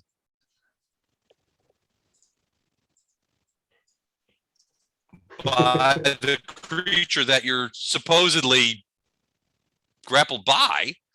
Well, but yeah, the whole flanking is just that she's distracted by it. Obviously, she's distracted by him. Well, I mean, she's she about- got so many limbs If I already. can still swing a sword at her, I'm still threatening her. you can do that because it's a -2 penalty on attack roll, so you can do that. You cannot make attacks of opportunity. You can't use stealth. The only You can do spells. anything but try to free can- yourself, right? Yeah, I guess you can. I can't find any way out of it. I'm sorry. So to would say. a 37 have hit? You need your own rules lawyer. No. that's gonna come to your aid. Still wouldn't have hit? Okay, No. then never mind. Okay. Sorry, Lothar's turn. And then Flashheart and Ilindar, and then we will stop at round 2. So Siggy's gonna move over here. Okay. I'm going to. Now, if I move directly away from this creature, I don't suffer attacks of opportunity, correct? Well, it has reach, but not engaged with no, them, if you though. move Yeah. directly, Ray, it's not going to be a problem. Yeah. So basically, if I move 5, 10, 15, 20, that gets away from it in a way that it doesn't Yep. get an attack of opportunity. Will not get an attack of opportunity. Okay, then I'm gonna move to here. Siggy's gonna move to there. Okay. As a swift action, I'm going to burst and I'm going to omit the many arm chick. Okay. And that gets Ilindar Okay. for 29. Nice. Thank you. And the rest of it. You get the ability to roll twice and take the better result on a single attack roll, skill check, or saving throw for the next 3 rounds. Nice. What if I get a crit fail? Do I get to re-roll it? You get to Yeah. roll, you get to roll twice and take the better, it's fateful channel. So you get to roll twice and take the better result on a single attack Now, did that Or- reach Gatto too? or No. saving throw. No, it doesn't reach Gato, unfortunately. I wanted to been move, I He's wanted been to trying move, for years. I wanted to move differently, but I couldn't. So move action, swift action, and then for my regular action, I'm going to fire at this chick with the bow. Mm-hmm. And I was in the original sharing of Smite Evil. Yep. So it's going to be plus, is it +7 or +9 to hit? +7 to hit. Okay, so both of these attacks for the bow are going to be at +7. And You only get a it's, single attack.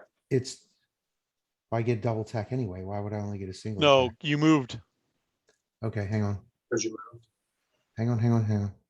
Yeah. Can you channel as a free action? I'm assuming you can. Yeah, because I have He quick did channel, actually. so I can, Because, because of, He has a because of the, feat for that. yeah, Right. because of the feat quick channel. Okay, so I'll take 1 attack. It's gonna be at +7 from the die, just ignore the second attack. Okay.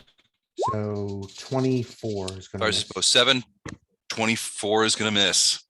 But Gatto's right behind you. Bing. Wait, got 24 touch AC. 24 +7 touch AC. That's it. No, 17 + 7, 24. Yeah, 24 touch AC, because the bow is brilliant. Brilliant. Oh, that is a hit. So it's gonna I don't take understand the difference. 4 points of damage, +16 against evil, so Okay. 20. Plus, what's the smite evil thing? +28. Yeah. So 26, 28, or 26. it's gonna be 46. 26. It's 26. 46. Okay. Boom. You guys, I don't know that they've ever seen you like this before with this bow. So he No, runs no. back there, bursting healing energy, and turns around, and you see this arrow that he knocks an arrow and lets fly. And as soon as it leaves the bowstring, it turns into this green gold beam of force that just slams into the many-armed creature. All this getting on her nerves, but it's certainly taken her down really quick. Lothar, is it for you? Yeah. She's still up. She's still got a fair amount of points.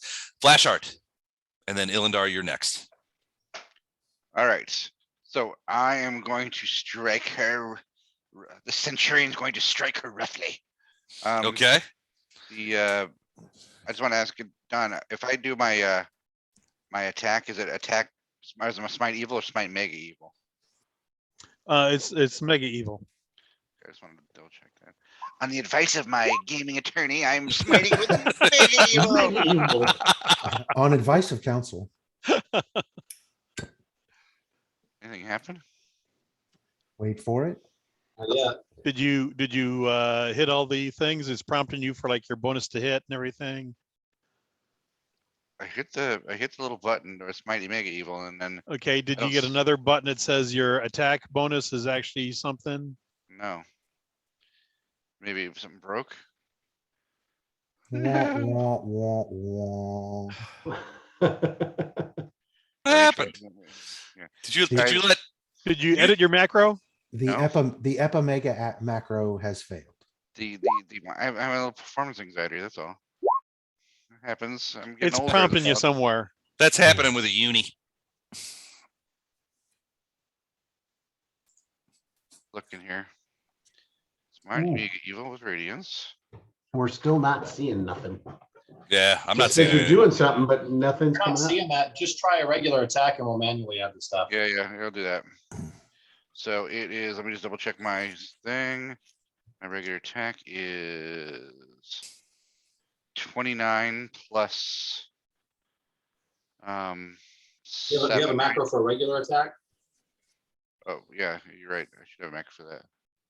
I was gonna see if it's the whole thing or if it's just. Still He blank. edited them and took something out. And It doesn't work. I promise I didn't edit anything. I wouldn't You're do just that. gonna have to do the old fashioned All right. die roll. Need a new attorney. All right. All right. This is what happens when Iomedaeans hire abyssal attorneys. Oh, okay. I'm re-rolling. I am re-rolling. I'm using Oh, my you're using. Oh, okay. Okay. Oh, I see. Okay. To go back to what Don said. Okay, there is a drop down. I didn't see it. It's way down below. Okay. oh, there's a menu drop. Just And like only Don, someone said just like that. Don said. Normal attack, keen, power attack, keen, and power attack. Right. Okay. I didn't fuck this thing. All right, let's do it again. There we go. 41. Well, 41 is an unconfirmed fumble, but that does stop your. No. no. I had a He reroll. used- He used the fate channel. Oh, you used the fateful challenge. All right, Yeah. so the 41 is a hit. Okay, I have another same attack. Oh, except I missed my -7 though, right? Because of the second attack. So You didn't need it. You still get the +7. You just Yeah. don't get the extra damage on the second Yeah. attack. Yeah, but he gets the Once you extra want your damage on attack- this one. He gets the extra damage on this Yeah, one. you want- okay, So two so hits. 47. Yeah, that should be hit too then. Where did it go up? Okay. It went up 1 because I miscalculated the first time. Oh, okay. So it was a 42 the first time. All right. So 2 hits. Now we do the old damage Reno. Let's see if I can do this right. All right, so no, that won't do it because I gotta go manual on this one. Sorry, Don, I We'll let just you do regular down. damage and then we'll add the 26 All right. manually. Yeah, we'll add the So, 26 the first time and 1d8 13 plus the next time. 19 plus 2d6 holy. Okay. 1d8 plus 19. And then I don't know how to do the plus 2d6 holy. I guess I gotta do that separately. Yeah, you have to roll that separately. Oh wait, but it's also. Oh, let's just roll this here. That's 26. And then Plus your 2D something. Okay. so So Okay, 32 so- plus 26.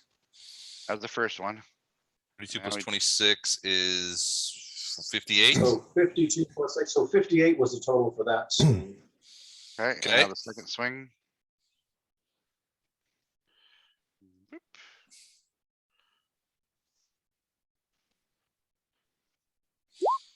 Plus Oh, I don't- 2D6. Sorry, that, I don't know how to do that one there. Yeah, so it should be 24, right? Okay. And well, it should be 22, not 24, but my 2d6 did not roll correctly, so I'm gonna try that one. Okay, so 24 plus 7, that's 31. Yep, 31. Plus 13. Now, does the Plus 13 is 19 have 44. your smite evil damage or not? I don't think it does It have is my not. smite evil damage. Okay. No, so you add the 13 on top of that, which makes it 44. Okay. So 44. 44 points of damage. Yes, sir. Plus Yep. 3. What? Really? Yep, you cut her down after everybody else's attack. Gato, you are shunted rudely to the floor as the grip upon you that was about ready to squeeze the life out of you is lessened. She crumbles to the floor, her scarred up body oozing ichor. The other guys, the welcome demons, are like, fuck this. Shit. They're like, Oh, we're one of them not is sure gonna what happened. Well, Ilindar is still your One's turn. turning It's on one of them. Yeah, it's your turn. But you could see them. So Ilindar, I guess you're the one is Fletcher, you turn around and that one behind you is backing up. The two that have been flying around Ilindar have detached their proboscises and now are beginning to fly away as they try to, after they see what had happened, they're just like, we got to get out of here. Is Les Right. breaking up for everybody, or is that just me? He was breaking up for me also. Yeah. Let's just Yeah, have me Oh, too. can you guys hear me okay? Yeah, Yeah. now. You just got a bad connection. I Most Is think. that better? you do your Every now and then it kind of It's like your Okay. internet. you went to Others. Decepticon level. Yeah. Every now and again, you sound like Max Headroom. It's okay. Optimus Prime will Yeah. be Ba-ba-ba-ba-ba. destroyed. Sorry about that. So the north guy that attacked Hmm. Elendar is getting attacked by Storm. Okay. Ooh, shit snacks. All right. So let me check on the AC here. All right. So first of 31 hits. Are you going to do the trip attempt? Well, I don't know that you can trip him because he's flying. Can't really trip because they're flying. Yeah. 44 claw hits, 37 claw hits, 38 buffet, other buffet hits, all hits. So everything Does this guy have a hits. ton of hit points? Well, he's got a few. He's got 100. He's got 168. So Okay, so So he let's- might actually still be up. so 34. Hold on, I got to do all the math here. 35 plus 7 So it's 35 plus 7 42. plus 28. plus 28 Okay, plus plus 6. 6. Okay, so 42 Plus plus 28, 28. 70, 76. Plus 28 is 104. Plus 12, 116. Plus 13 129, plus 8 137, plus 20. 157. Oh, oh, There you go, bud. evil. So yeah, he's got 11 hit points left, but he is reeling backwards He is from booking this. Yeah, he is not happy.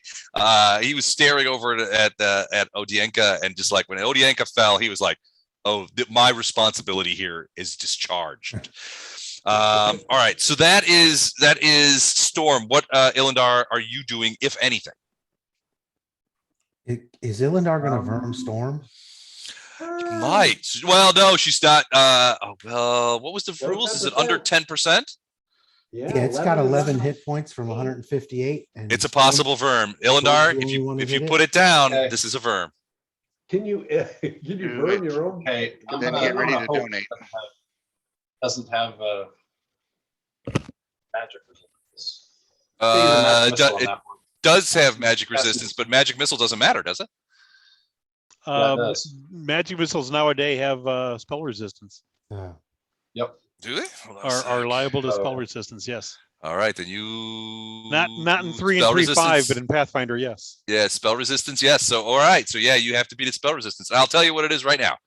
Just flat out spell resistance 23. You can I get got past that. shot here.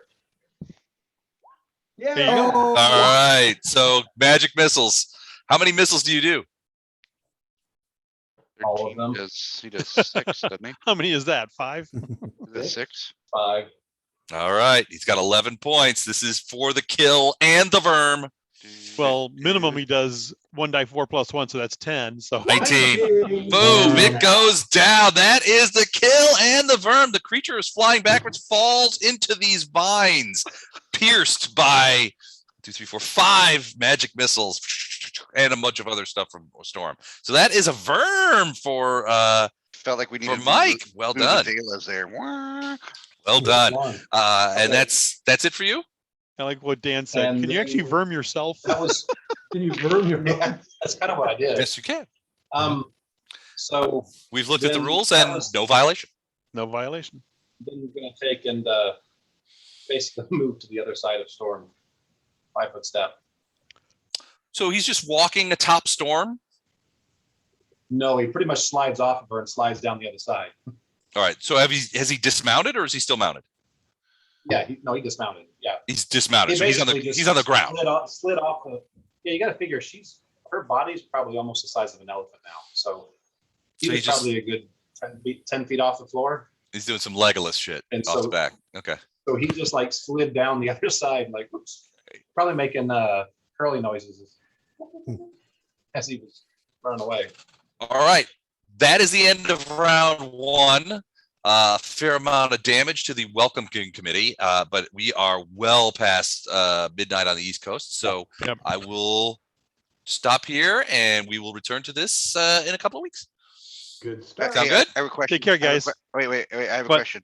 I need to practice with my carrot sheet clearly because I thought I had it down. Can I roll dice outside this thing in this instance? Like when we're out of session, it'll be fine. Yeah, Sure. you can join roll Yeah. 20 and test your macros all you want. Yeah, absolutely. Yeah. Oh, I hadn't thought of that. I thought I had to do it in here with flash art, but I might try it elsewhere. No, Okay. But All right, even if thanks. you do it here in with flash heart, that's fine. Yeah. You can still, you can still do it. All right. Thanks, guys. Cool. Okay. Thank you guys. That was awesome. Everybody. All right. Bye. Bye. hey Les, real quick. Yeah. Got a scheduling question. Hold on a second. Let me Um, stop recording.